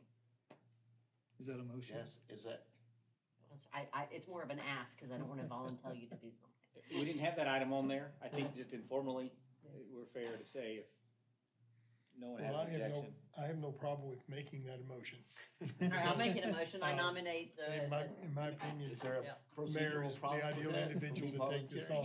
You can go ahead and do that and then put it on consent on the next agenda, that you're gonna be the liaison, if you so choose to be. Okay. Just for, I mean, I think we should look at making it always be the mayor, right? Because that will always give those young people a high level exposure. Sounds good to me. I'm good with it too. Mayor, we'll add that on the next agenda. Okay, Agenda. yeah, I have no problem with it. I just wasn't sure if, because I've never known the mayor in the past to be a liaison to anything, and so I didn't know if it was. This will be precedent setting. Right, I didn't know, but I didn't know if it was. Well, the Youth If it was- Advisory Committee is a precedent. This hasn't existed before, so. I mean, I know you could be a liaison to outside stuff, but I didn't know if that There's was not a rule that says we illegal. can. Okay, then I'm good with it. Okay, so now we move into our consent agenda. All matters listed under consent agenda are to be considered routine by the city council and will be enacted by one motion. There will not be separate discussion on these items. If discussion is desired, that item will be removed from the consent agenda and will be considered separately. We have items number 6, approval of resolution number 18-1759, a resolution by the city council of the city of Lago Vista, Texas, declaring various property and/or equipment to be surplus property and authorizing the city manager to dispose of such property in a manner which is beneficial to the city of Lago Vista. Number 7, approval of the following minutes: April 5th, 2018 regular meeting minutes and April 19th, 2018 regular meeting minutes.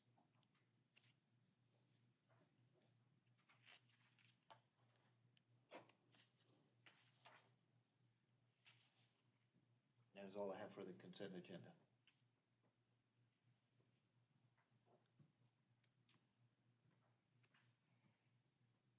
Do we need a motion to accept the consent agenda? Well, Yes, sir. can I, kind of pull the surplus property off separately?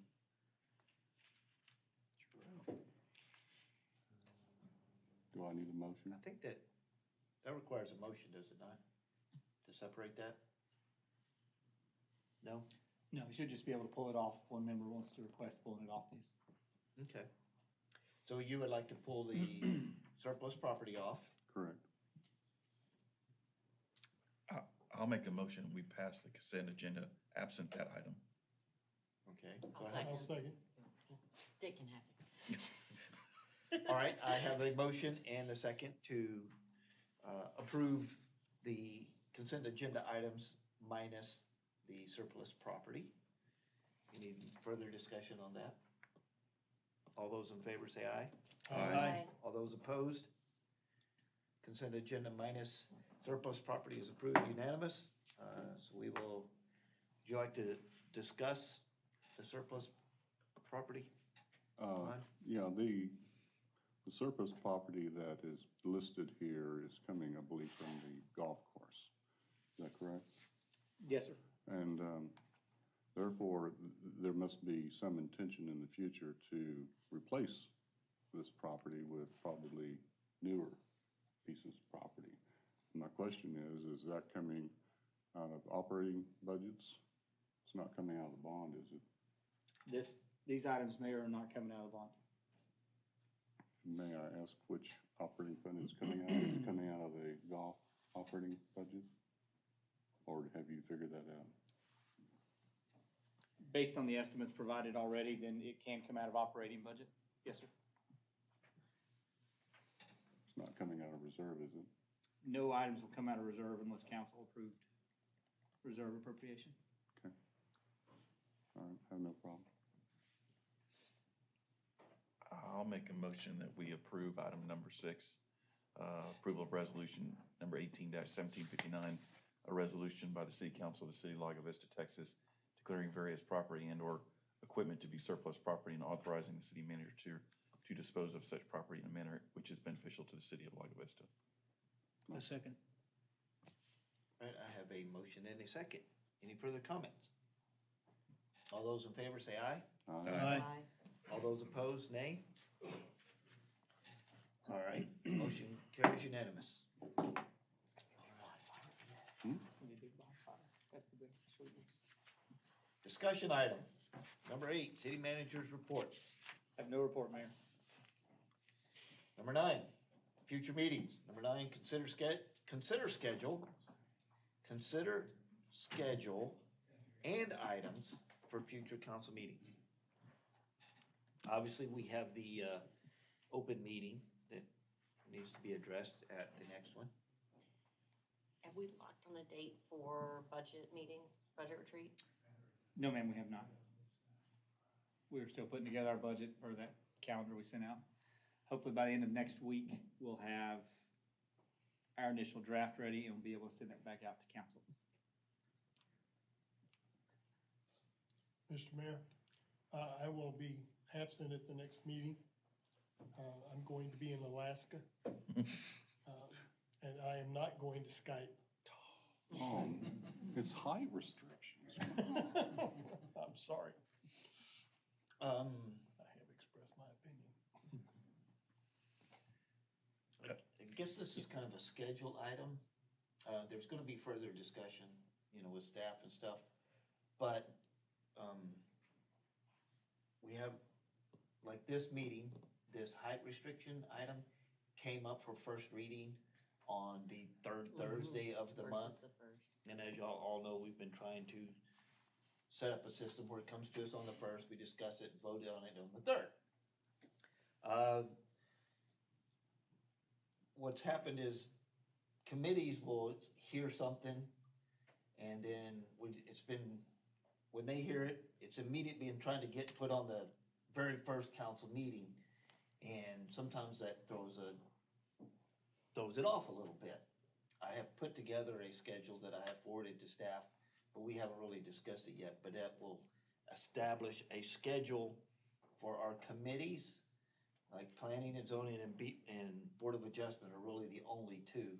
But it sets a schedule of when we need to have our public notices into our city secretary so that those can be forwarded to the newspaper so that everything is established.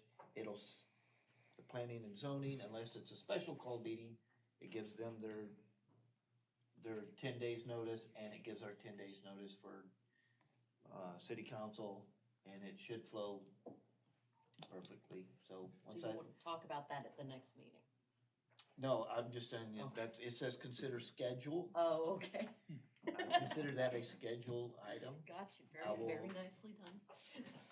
We can put that on there so I can let y'all, inform y'all what the schedule will look like. Maybe what we ought to do is ask staff to codify that into some kind of resolution or ordinance and make provisions for emergency conditions should something arise that's out of the normal. And that way we don't have to, right now it's kind of an informal agreement, maybe we should make it formal. I don't know what vehicle that takes place in, whether it's a resolution or an ordinance, but maybe if it was codified and then we could have it published and then everybody knows what the ground rules are for getting things through the system. And the way I have it set up is it would take one newspaper article to announce the public hearings for both the committee and city council, saves us money. However, Board of Adjustment, because of the way they meet, well, maybe on the first Monday, on occasion, the first Monday comes before the first Thursday. Anyway, Well, maybe they need to change their schedule. So, anyway, I know it's not an agenda item, but I'm just letting y'all know there will be a schedule coming out that'll address our public hearings and public notices, try to make it more unified and. Mayor, I have a question that has to do with our meetings.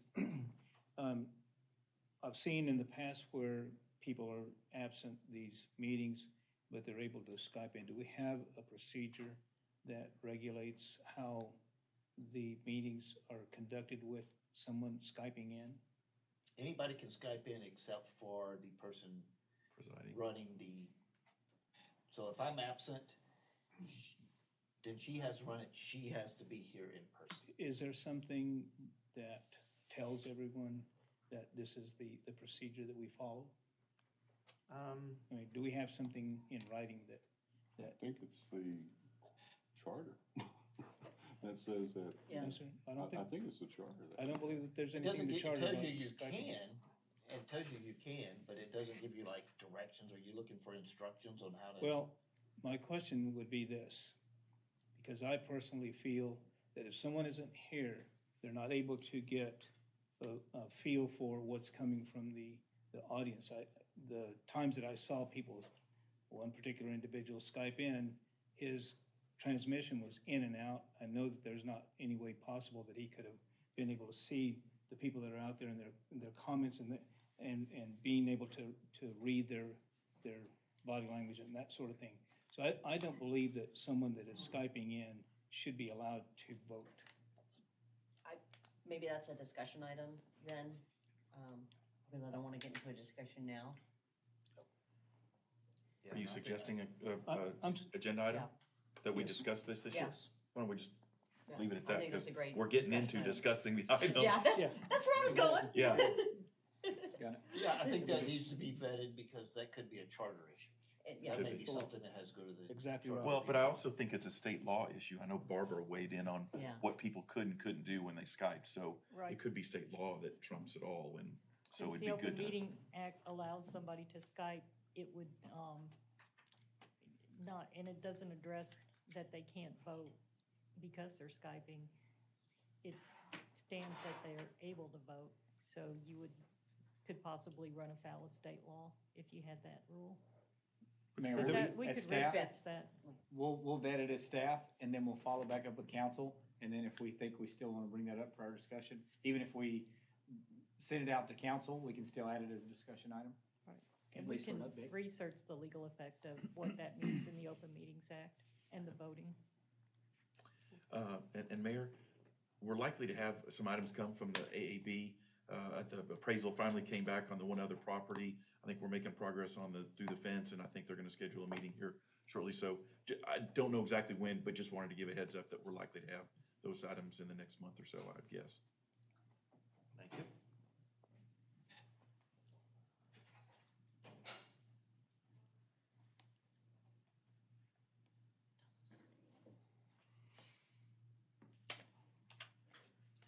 All right, that's it. We're gonna go to executive session. Number 10, convene into executive session pursuant to sections 551.071, advice of counsel, 551.072, real property, 551.074, personnel, Texas Government Code, and section 1.05, Texas disciplinary rules of professional conduct regarding A, pending or threatened litigation pertaining to cause number D-1-GN-16-002483, Villa Montechino LP versus City of Lago Vista, Travis County 200th District Court. B, consultation with legal counsel concerning possible real estate acquisition, management, or divestiture. There's that word. And attendant matters thereto. C, consultation with legal counsel concerning airport property. D, consultation with legal counsel regarding contractual claims or possible claims or charges, contractual modifications, and questions related thereto. And E, city manager's performance evaluation, compensation, and employment agreement. We're going to executive session at 8:53 PM. Thank you, sir. Wait, please.